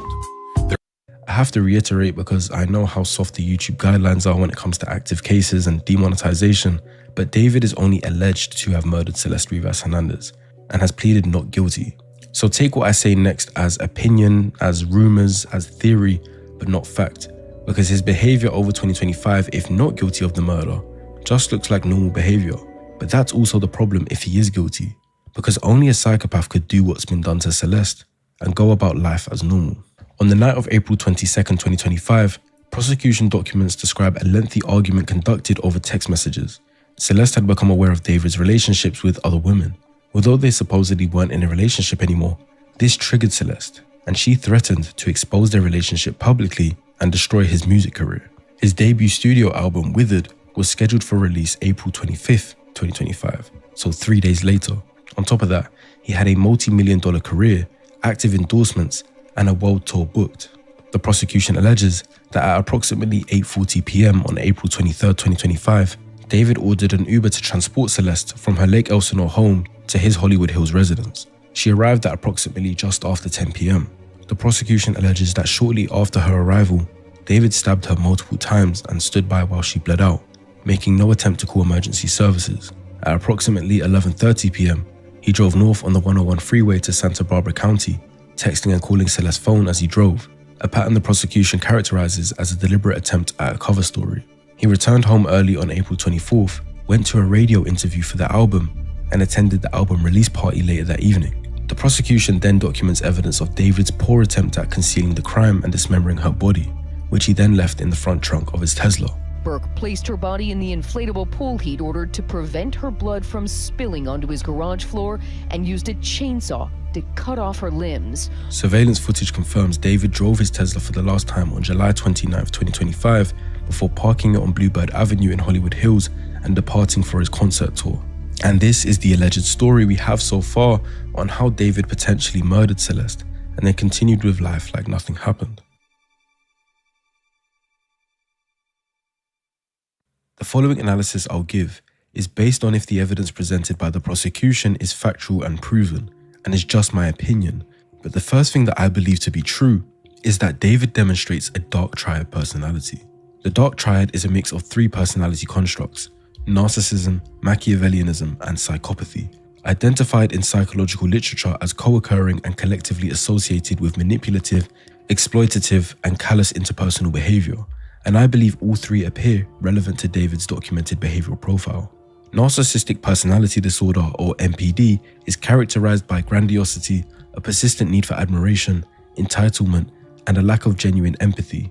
Subclinical narcissistic traits, which don't meet the full diagnostic threshold but are clinically meaningful, are observable in David's behavior across multiple domains. The construction of an elaborate multi-persona identity architecture, the use of a child as a participant in his artistic and fantasy world, the apparent expectation that normal rules, including the laws, didn't apply to him, and the documented use of financial resources to purchase compliance from multiple parties, like Celeste's classmates and potentially others, rather than just accepting social or legal constraints. He continued pursuit of Celeste after direct law enforcement contact, despite being explicitly told that she was a 13-year-old runaway, which just demonstrates how important he thought he was. Narcissistic individuals frequently exhibit a belief that ordinary legal and social constraints are obstacles that apply to others, but not them. Machiavellianism refers to a strategic, manipulative orientation towards interpersonal relationships. In simpler terms, using others as instruments towards personal goals, maintaining multiple social presentations simultaneously, and planning several steps ahead in your devious plans. David's documented behavior across the 2022 to 2025 period is consistent with this profile. The staged disclosure of his relationship that was sufficient to lend his music credibility, but not enough to expose it, the financial management of witnesses, the claimed media training of a minor to manage his public perception, and the fake name he used on the Amazon purchases when trying to cover his murder trail. Psychopathy is characterized by reduced fear response, diminished empathy, shallow affect, and the capacity to engage in harmful behavior without the guilt and anxiety that normally regulates such behavior in normal individuals. What's actually happening in the brain is reduced amygdala reactivity, meaning the internal alarm system that makes violence psychologically hard to deal with is significantly reduced. David's deliberate desensitization program beginning at 14, his awareness of this process, saying, "I watch God to desensitize the part of my brain that feels empathy to the wrong things," and his ability, if the allegations are accurate, to attend a radio interview and album release party within hours of the alleged murder, are all consistent with elevated psychopathic traits. The prosecution's timeline describes someone who moved through the alleged crime and its immediate aftermath in a goal-directed, organized manner without visible emotional disruption to his public functioning. He saw the murder and the cleanup as a task to get out the way, rather than a major disturbance to his life. It's important to note that psychopathy exists on a continuum. High psychopathic traits do not predict violence on their own. They represent a reduction in the internal constraints that make violence improbable for most people. You can definitely have psychopathic traits and go through life without killing anyone. But if you had to, or if you believed you had to, it wouldn't be hard for you to mentally process. The best way I see fit to analyzing the rest of his psychology is by answering some common questions surrounding the case. The first is, was David born with psychopathic traits, or did the environment shape him like this? The evidence doesn't support a simple nature or nurture answer, and the research literature on psychopathy doesn't even need one. Studies on antisocial personality disorder, which is the more official diagnosis with traits similar to psychopathy, have found that genetic predisposition is a real factor, but it's not determinative, meaning genes do play some part, but it needs more than that. What the developmental history suggests is that David likely had some dispositional features like his elevated sensation seeking, a reduced fear response, a natural tendency towards social observation over social participation that interacted with a profoundly adverse developmental environment. The isolation he experienced in homeschooling removed the social components that normally regulate and redirect dark impulses in adolescence, such as peer feedback, mentorship, romantic experience within age-appropriate contexts, and the reality testing that comes from genuine reciprocal relationships. Basically, when you're in school and you're weird, people are going to tell you you're weird and they're not going to be friends with you, and that's going to cause you to not be weird. The gore consumption, the fantasy elaboration, and the emotional desensitization program didn't occur despite his isolation. They occurred, most likely, because of it. Any genetic psychopathy predisposition might have stayed more muted in a more socially connected environment, but David was given 5 years of uninterrupted space in which to develop it without correction. The next question is, if many children experience homeschooling, many children watch gore, and many children watch anime, and they don't become violent, then why was David different? The answer is not any single factor, but the specific combination and timing of factors, and the absence of mitigating ones. 3 elements distinguish David's profile from the general population of adolescents who share some of his experiences. First, the duration and completeness of his social isolation was extreme. Not partial homeschooling with peer contact, but 5 years of near total isolation during the precise developmental window where identity and empathy are formed through reciprocal.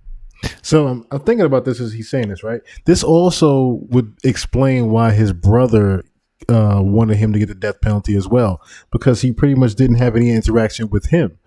If you notice, not necessarily because of the jealousy or the attention interaction, but he pretty much noticed the signs that, that everybody else didn't see that David was developing. You know what I mean? Even as a younger brother, he still was around David enough to know that David had a fixation with killing early on more than anybody else, I think. And for him to also have, keeping in contact with Celeste's cousin, I believe it was, or brother.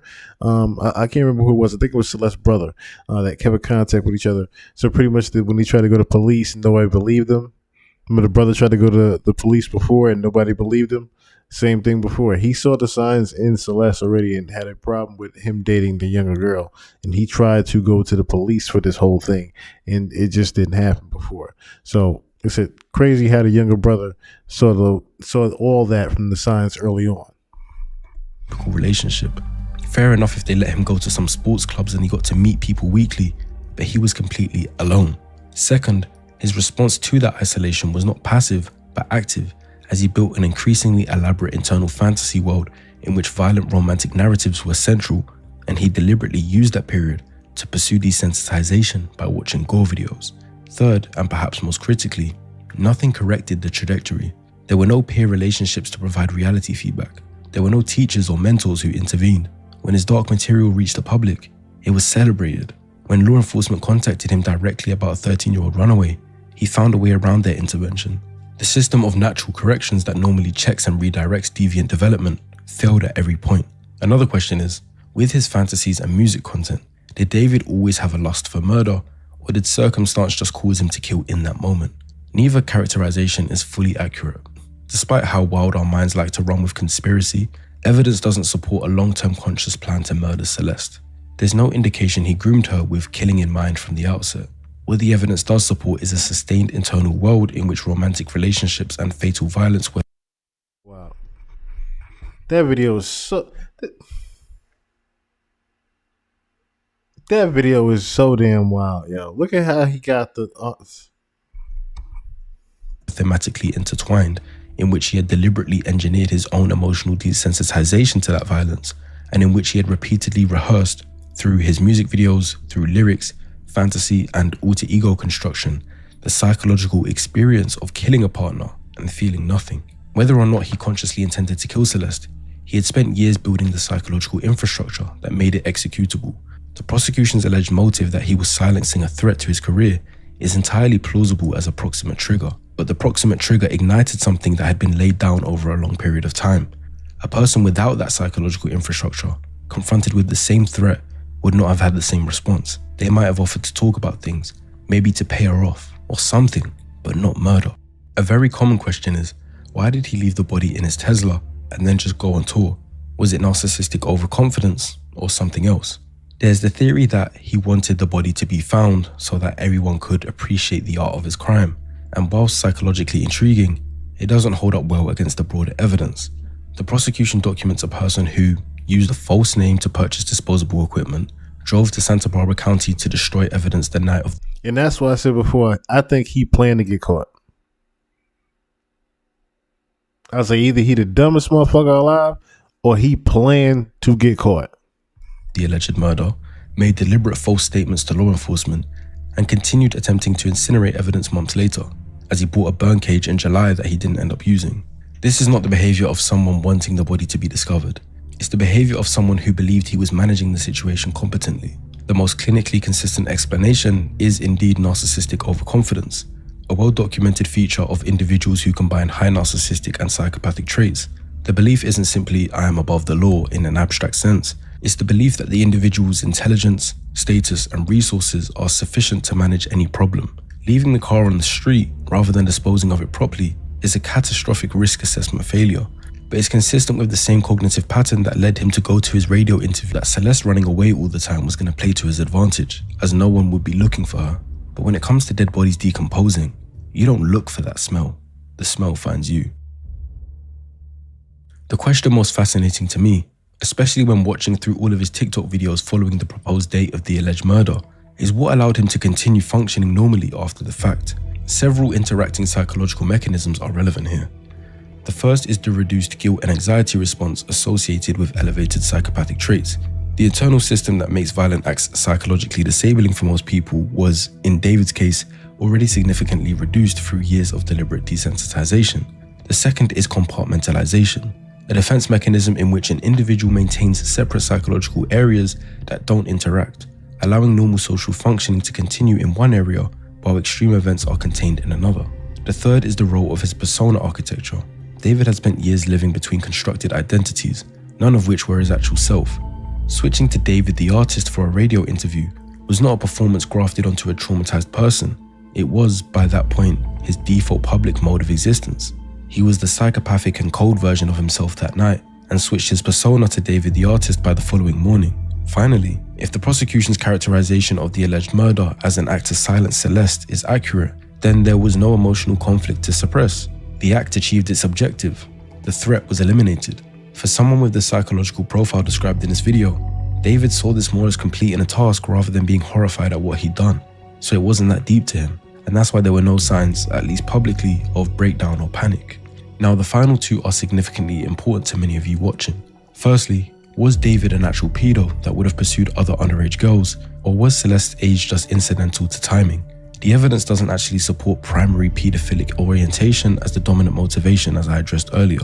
However, the pattern of seeking a relationship with someone significantly younger, from an unstable home, and therefore highly susceptible to the power dynamic he preferred, is unlikely to be entirely incidental. The specific age of Celeste, 11 at first contact, 13 at the alleged start of the physical relationship, may reflect opportunity and controllability rather than exclusive attraction to that age group. Whether he would have sought out other minors depends significantly on whether the control and power dynamic, rather than the age itself, was the primary draw.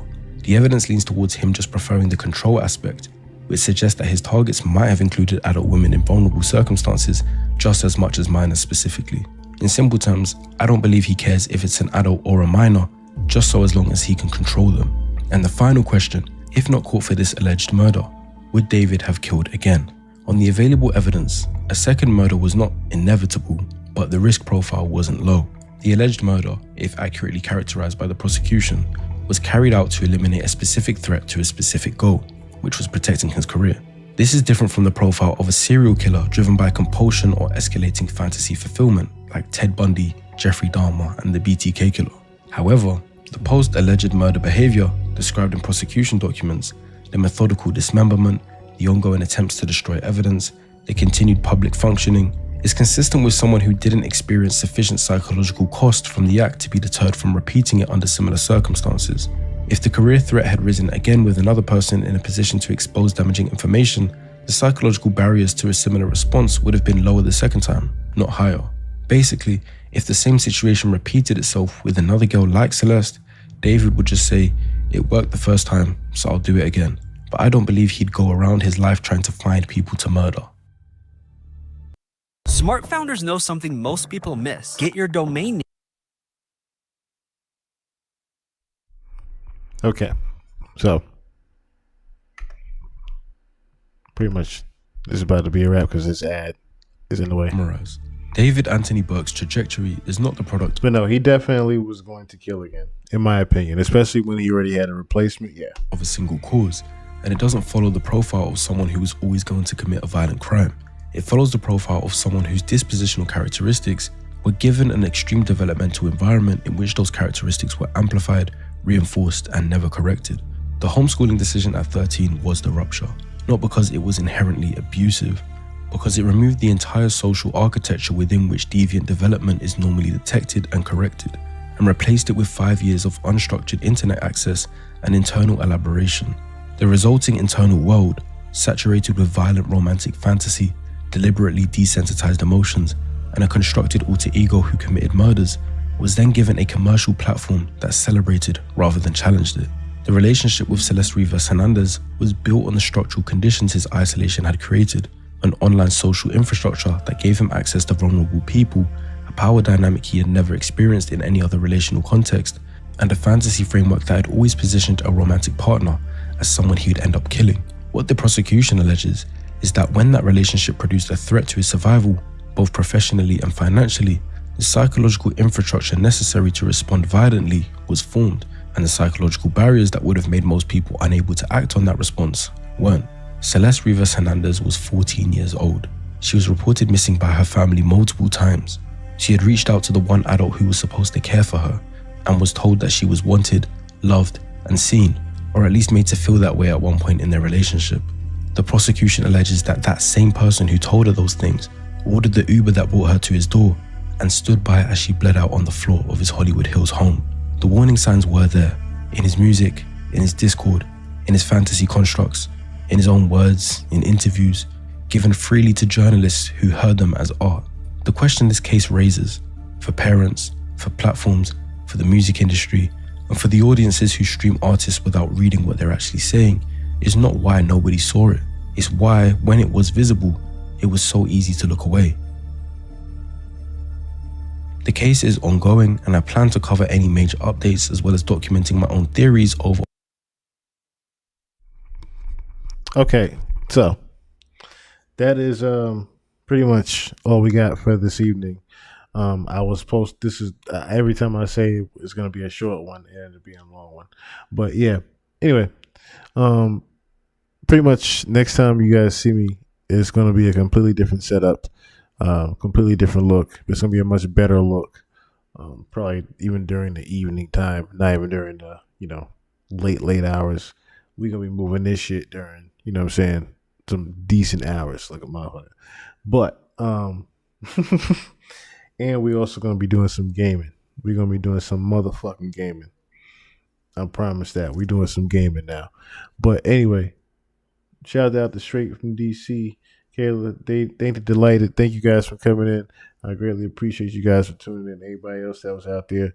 We're going to get up on out of here. And I'm going to see y'all guys in the next one. Upload these videos and get some stuff out here for this Patreon. And get my ass to sleep. Lord knows what's going to behold for me tomorrow. And until next time, I bid y'all adieu. And peace.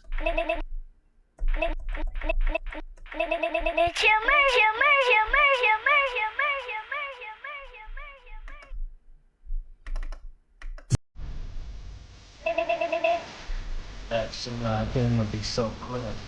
Be so good. Be so good. That shit gonna be so good. Be so good. Be so good.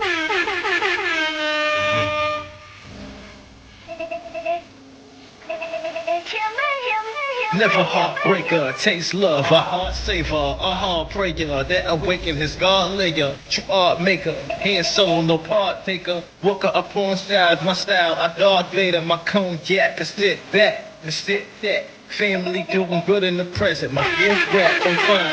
Staying out for the lows, I will shoot stu. Like robbing off a plan, niggas sell trying to boot you. High appraisal value on the Jews up in top. Guaranteed you get the itis on my food for thought. Just digesting the fact now I got fruits of labor. This melon and pomegranate, I'm your newest flavor.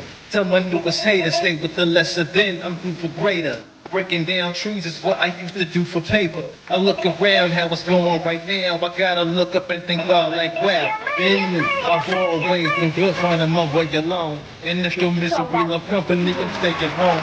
Straight chillin', chillin', straight chillin'. And I've always been good finding my way alone. See if your misery love company, I'm staying home. Straight chillin', chillin', straight chillin'.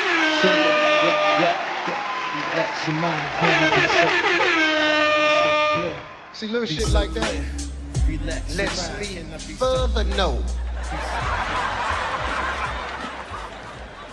what it is you really do.